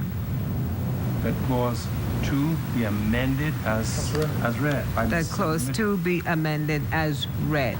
As many as are in favor? Aye. No. Oh, aye first. Yeah, aye. And to say aye. Yeah. I say nay right away. Say aye. You even won't tell us what to do. Sorry. As many as are not in favor, nay? Nay. The nays have it. The amendment is defeated. You want amendment? No, we don't have to vote on. We've ready. That's the only amendment. You now have to go on the standard clause. That's right. I thought once yeah, now you're back to the original question. Yeah. You're back to the original question where I had already moved clause 2 be agreed. It has been moved and seconded that clause 2 be agreed. As many as are in favor, aye. Aye. Those opposed, nay. The ayes have it. Clause 2 is agreed. Madam, 1 second. Not for that. Madam, not for this bill. Madam Chair, I beg leave to move that the bill in its entirety be agreed. There are no further clauses. Clause 1 and 2, and there's nothing else. There's no schedule. 2 goes straight through, and it ends at the object of business. So I've moved now that the bill in its entirety be agreed. Clause 2, the last one. Okay. Madam, I'm going to be very clear. Madam President, I beg leave to move that clause 2, clause 2 be agreed. We did that. Clause 2 as a whole be agreed. Yes. We've done that. And clause 2 is everything, nothing, there's only 2 clauses in the bill. And I've already moved that the bill in its entirety be agreed. So we need to put the vote. Madam, I stand to second. It has been moved and seconded that the bill in its entirety be agreed. Those are in favor, aye. Aye. Those opposed, nay. The ayes have it. The bill is agreed. In its entirety. Yes. I said that. Yes, you don't have to say it. I know. Madam President, we're moving now to the second bill. I beg leave to move that the long title of the Central Bank of the Bahamas Amendment Bill 2018 be agreed. Madam Chair, I stand to second. It has been moved and seconded that the long title of the bill be agreed. Those in favor say aye. Aye. Those opposed, nay. The ayes have it. The long title of the bill is agreed. Madam Chair, I beg leave to move that the short title and commencement of the bill be agreed. Madam President, I rise to second. It has been moved and seconded that the short title of the bill and committal be agreed. As many as are in favor say aye. Aye. Those opposed, nay. The ayes have it. The short title is agreed. Madam Chair, I beg leave to move that clause 2 of the bill be agreed. If I may obtain a second. Madam Chair, I rise to second. It has been moved and seconded that the short title of the bill. It's clause 2. No, clause 2. Clause 2 of the bill be agreed. Right. As many? Chair, as many as are in favor, aye. No. Madam Chair, I would like to propose the following amendment. In clause 2 of the bill, delete subclause 3 and substitute therefore the following. Subject to subsections 2 and 4, the bank shall, where an amount is paid to the bank, pay to Reclaim Fund Limited, the funds paid to the bank in equal amount where the funds were paid to the bank in Bahamian dollars, and in an equivalent amount where the funds were paid to the bank in any other currency, together with interest accrued on such amount while it was held by the bank within 2 months after the end of the calendar year in which 10 years would have expired. In subclause 4, delete B and the word central. In subclause 5, delete central. In subclause 5A, delete treasurer and substitute Reclaim Fund Limited. Delete subclause 5B and substitute therefore B. Retain all records relating to amounts paid to the bank pursuant to subsection 3 for a minimum period of 5 years after payment is made by the bank to Reclaim Fund Limited. Delete 6 and substitute therefore an amount paid by the bank to Reclaim Fund Limited pursuant to subsection 3 shall A, vest in the Reclaim Fund Limited for the benefit of the Bahamas for the specific use of social or environmental purposes. B, subject to subsection 7 and 8, not to be distributed without the prior approval signified by resolution of both Houses of Parliament. And C, cease to accrue interest. In subclause 7, delete central wherever it appears. Delete minister and treasurer wherever it appears, and substitute Reclaim Fund Limited. Delete subclause 7B. In subclause 8, delete minister and substitute Reclaim Fund Limited. Delete direct the treasurer to delete treasurer and substitute Reclaim Fund Limited, and delete central. In subclause 9, delete minister, the treasurer, and the government of the Bahamas, and substitute Reclaim Fund Limited. In subclause 10, delete the word central. Delete in subclause 11 and delete subclause 11 and renumber subclauses numerically. In subclause 12, delete B. Reclaim and then a new clause 24B shall follow after subclause 12, adding the following words. Reclaim Fund Limited is a company, the objects of which are the following. A, the meeting of repayment claims. B, the management of dormant account funds in such a way as to enable the company to meet whatever repayment claims it is prudent to anticipate. C, the distribution of dormant account money for meeting expenditure that has a social or environmental purpose in accordance with the prior approval signified by resolution of both Houses of Parliament. subject to the need for the company, 1, to have access at any given time to enough money to meet whatever repayment claims it is prudent to anticipate, 2, to defray its expenses, D, objects that are incidental or conducive to or otherwise connected with any of the above, including in particular the prudent investment of dormant account funds, and E, the Minister of Finance may by order prescribe the memorandum and articles of Reclaim Fund Limited and the rules of procedure for the conduct of business. And I so move. Second. That's the last E was not in Yeah, sorry. not in the email. That's quite I okay. added- It had to be consequential to, I'm sorry, I should Yes. explain. Yeah. I did send these to the attorney last evening, but on reflection this morning, the company has to have a set of memo and arts, and in order to facilitate that, the British have actually put the memo of arts in their act, but in order to facilitate that, I thought that the Minister of Finance on reflection ought to have the power to prescribe the memo and arts. Well, thank you very much, and once again, Madam Chairman, the government is voting against these amendments for the reasons that I spoke about in my wrap-up, and that's the position. Thank you. So don't we have to go through it? So you have to put it's been moved and seconded to be amended as read by Senator Mitchell. It has been moved and seconded that the amendments of the amendments of the bill that the bill be amended as read. All those in favor say aye. Aye. All those opposed, nay. Nay. The nays have it. The amendment is defeated. I move that the original motion now be put. Now, to clause 2. The original motion was to clause 2. I move that the original motion to amend clause 2 as set out in this document be now put. That would be in the bill. As set out in the bill. Second. Is ready for being second. Okay. It has been moved and seconded that that clause 2 as originally placed in the bill be accepted? Yes. Okay. As many. As many?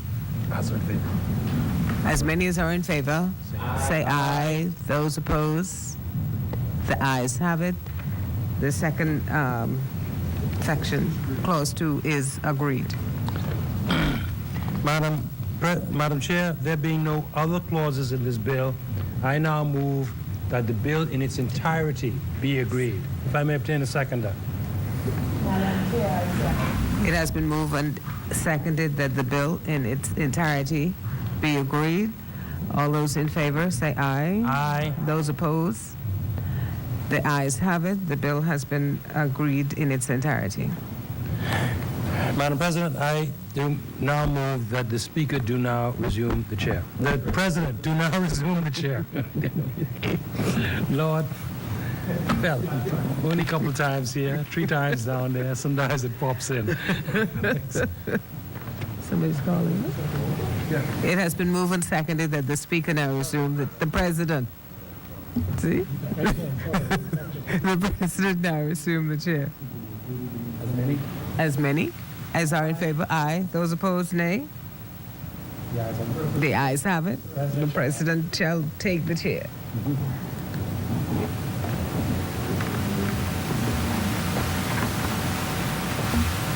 Madam President, I beg to report to you that the committee has gone through the 2 bills, having made no amendments thereto.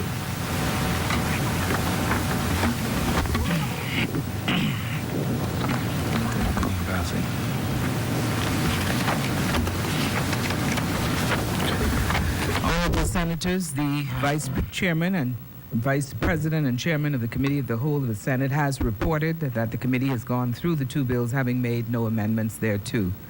Third reading and passing.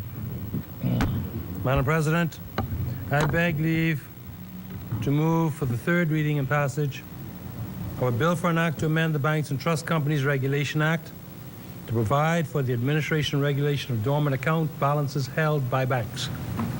If I may obtain a seconder. Madam President, I rise to second. It has been moved and seconded that the following bill be read a 3rd time and passed. A bill for an act to amend the Banks and Trust Companies Regulation Act to provide for the administration and regulation of dormant account balances held by banks. As many as are in favor will say aye. Aye. Those opposed, nay. The ayes have it. Order that the bill be read a third time and passed. A bill for an act to amend the Banks and Trust Companies Regulation Act, derived from the administration and regulation of common accounts, balances, carried and passed. Order that this bill do now pass and the title thereof declared to be Banks and Trust Companies Regulation Amendment Act 2018. For the third reading and passing of bills. Thank you, Madam President. I beg leave to move that, we did the banks, right? Yeah. No. Okay. For the third reading and passage of a bill for an act to amend the Central Bank of the Bahamas Act to provide for the transfer to the Treasurer and disposal of dormant account balances paid to the Central Bank and for connected purposes. If I may obtain a seconder. Madam President, I rise second. It has been moved and seconded that the following bill be read a third time and passed. A bill for an act to amend the Central Bank of the Bahamas Act to provide for the transfer to the Treasurer and disposal of dormant account balances paid to the Central Bank and for connected purposes be read a third time and passed. As many as are in favor will say aye. Aye. Yeah. Those opposed, nay. The ayes have it. Order that the bill be read a third time and passed. A bill for an act to amend the Central Bank of the Bahamas Act, to provide for the transfer to the Treasurer We have to come back on the 10th. account balances paid to the Central Bank and for connected purposes. Order that the bill do now pass and the title thereof declared to be Central Bank of the Bahamas Amendment Act 2018. VAT amendment. For the third reading and passing of bills. There are none. Returning to the order of business, consideration of House amendments, resolutions, discharge of select committees, notices for future meetings. Chair recognizes Senator the Honorable Carl Bethel. Madam President, I wish to renew all matters on the agenda in the name of the government and give the following notices to honorable senators of what is the anticipated at this moment to be the legislative agenda in the immediate future. It's anticipated that when we adjourn today, we will adjourn to a fixed date, being next Thursday, the 6th of November, at which time we will debate, December, at which time we will debate the value-added amendment number 2 bill, which was passed by the House of Assembly yesterday evening. Now, due to the exigency, that is a synonym for very urgent matter that is tantamount to an emergency, but it's not quite. And we use them after hurricanes, exigency orders. Due to the exigencies of the parliamentary schedule, if I may explain why. What I'm speaking about. When we came to office in May of 2017, a date that will live in glory in the annals of the Bahamian revival. If you want me to get on that rostrum. But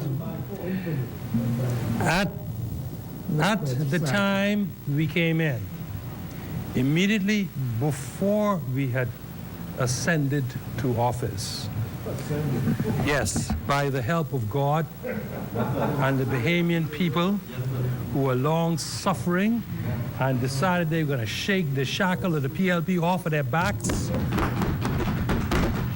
and did so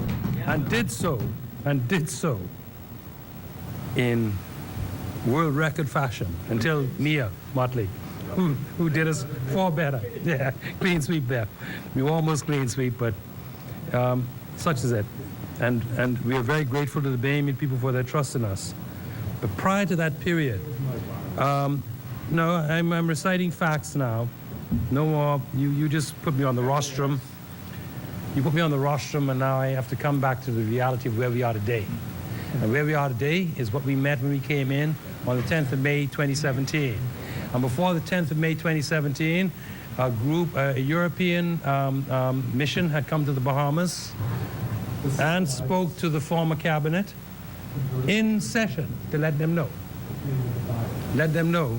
that certain commitments had to be made before the end of June, failing which the Bahamas would be blacklisted, etc. Those commitments were for the Bahamas to accept and join the base erosion and profit shifting initiative of the European Union, which is also a parallel initiative of the Organization of Economic Cooperation and Development, which is the 30 or so largest countries in the world and most powerful economies.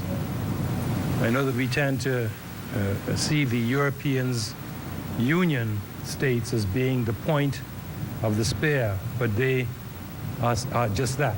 They are the sharp point of a very big spear aimed at financial services throughout the world, most particularly in countries that they call Criterion 2.2 countries, most being offshore, no or low tax jurisdictions.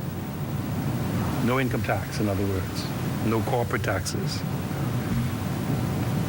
As a result of that mission and our subsequent commitment to avoid a blacklisting in June of 2017, within weeks of coming to office, we gave the commitments, and the commitment was that by the end of 2018, December 31st, we would have passed a necessary series of laws to comply with these commitments. Let me say that the terrain in which we fight is constantly shifting. And when I say fight, I mean it.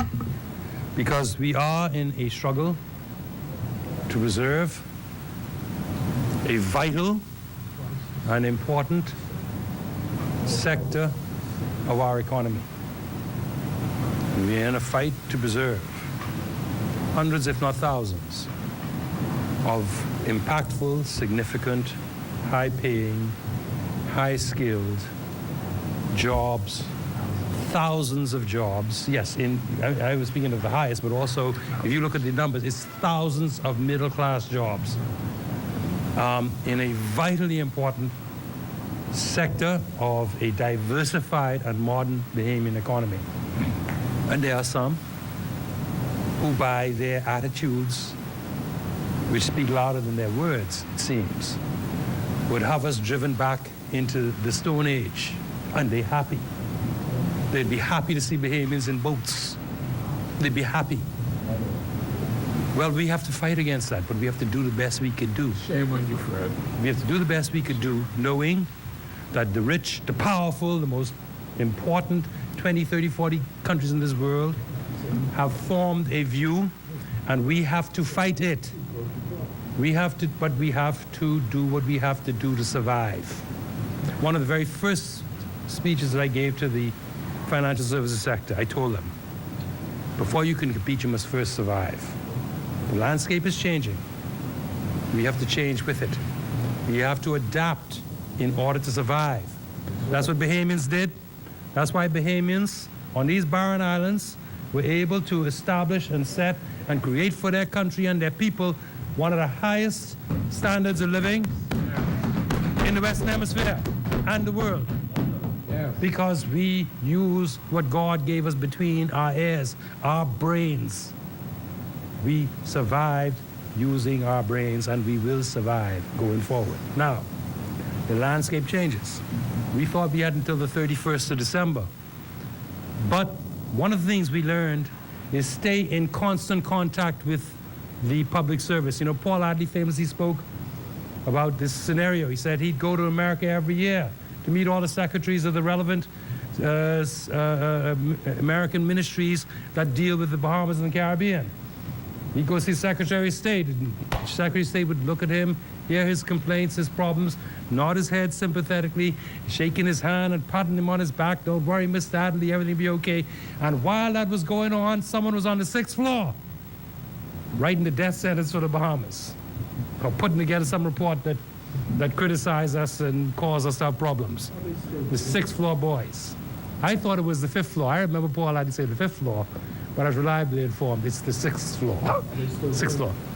Of course they're still doing it. And even in Europe, what we've learned is that you can't just think that because we send the ministers or teams of ministers there, that it's going to be ministers to ministers. Yes, we were blessed, if you will, when we went and we met with the OECD.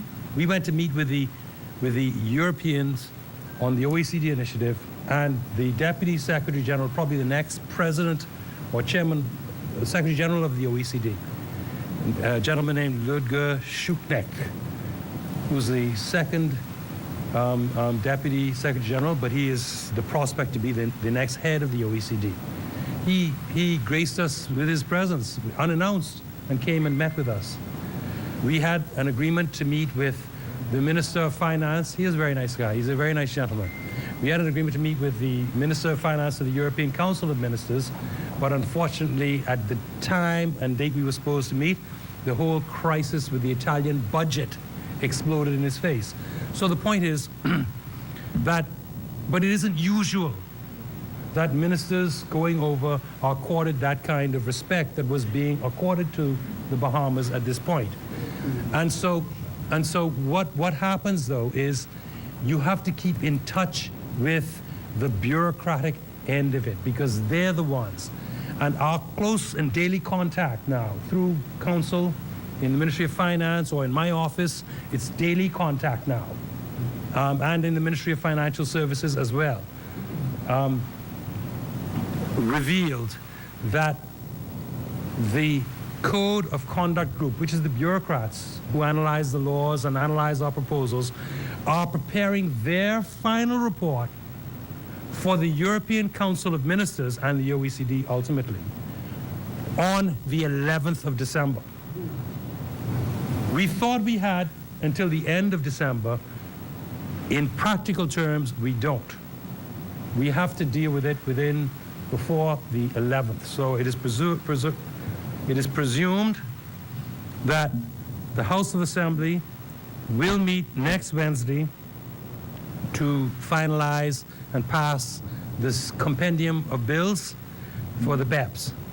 And we will meet, and I'm giving notice, on Monday the 10th of December.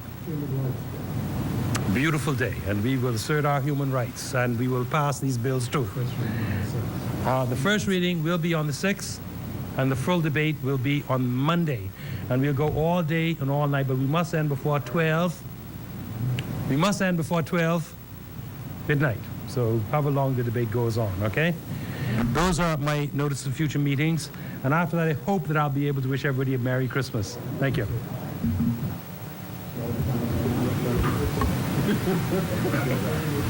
You want to renew the notice?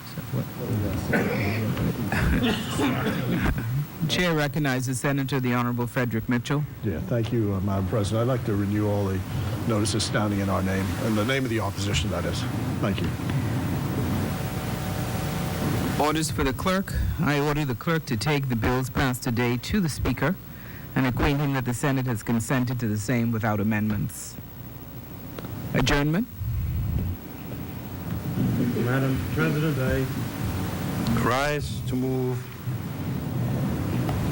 that the Senate on its rising be adjourned to Thursday, the 6th day of December, 2018.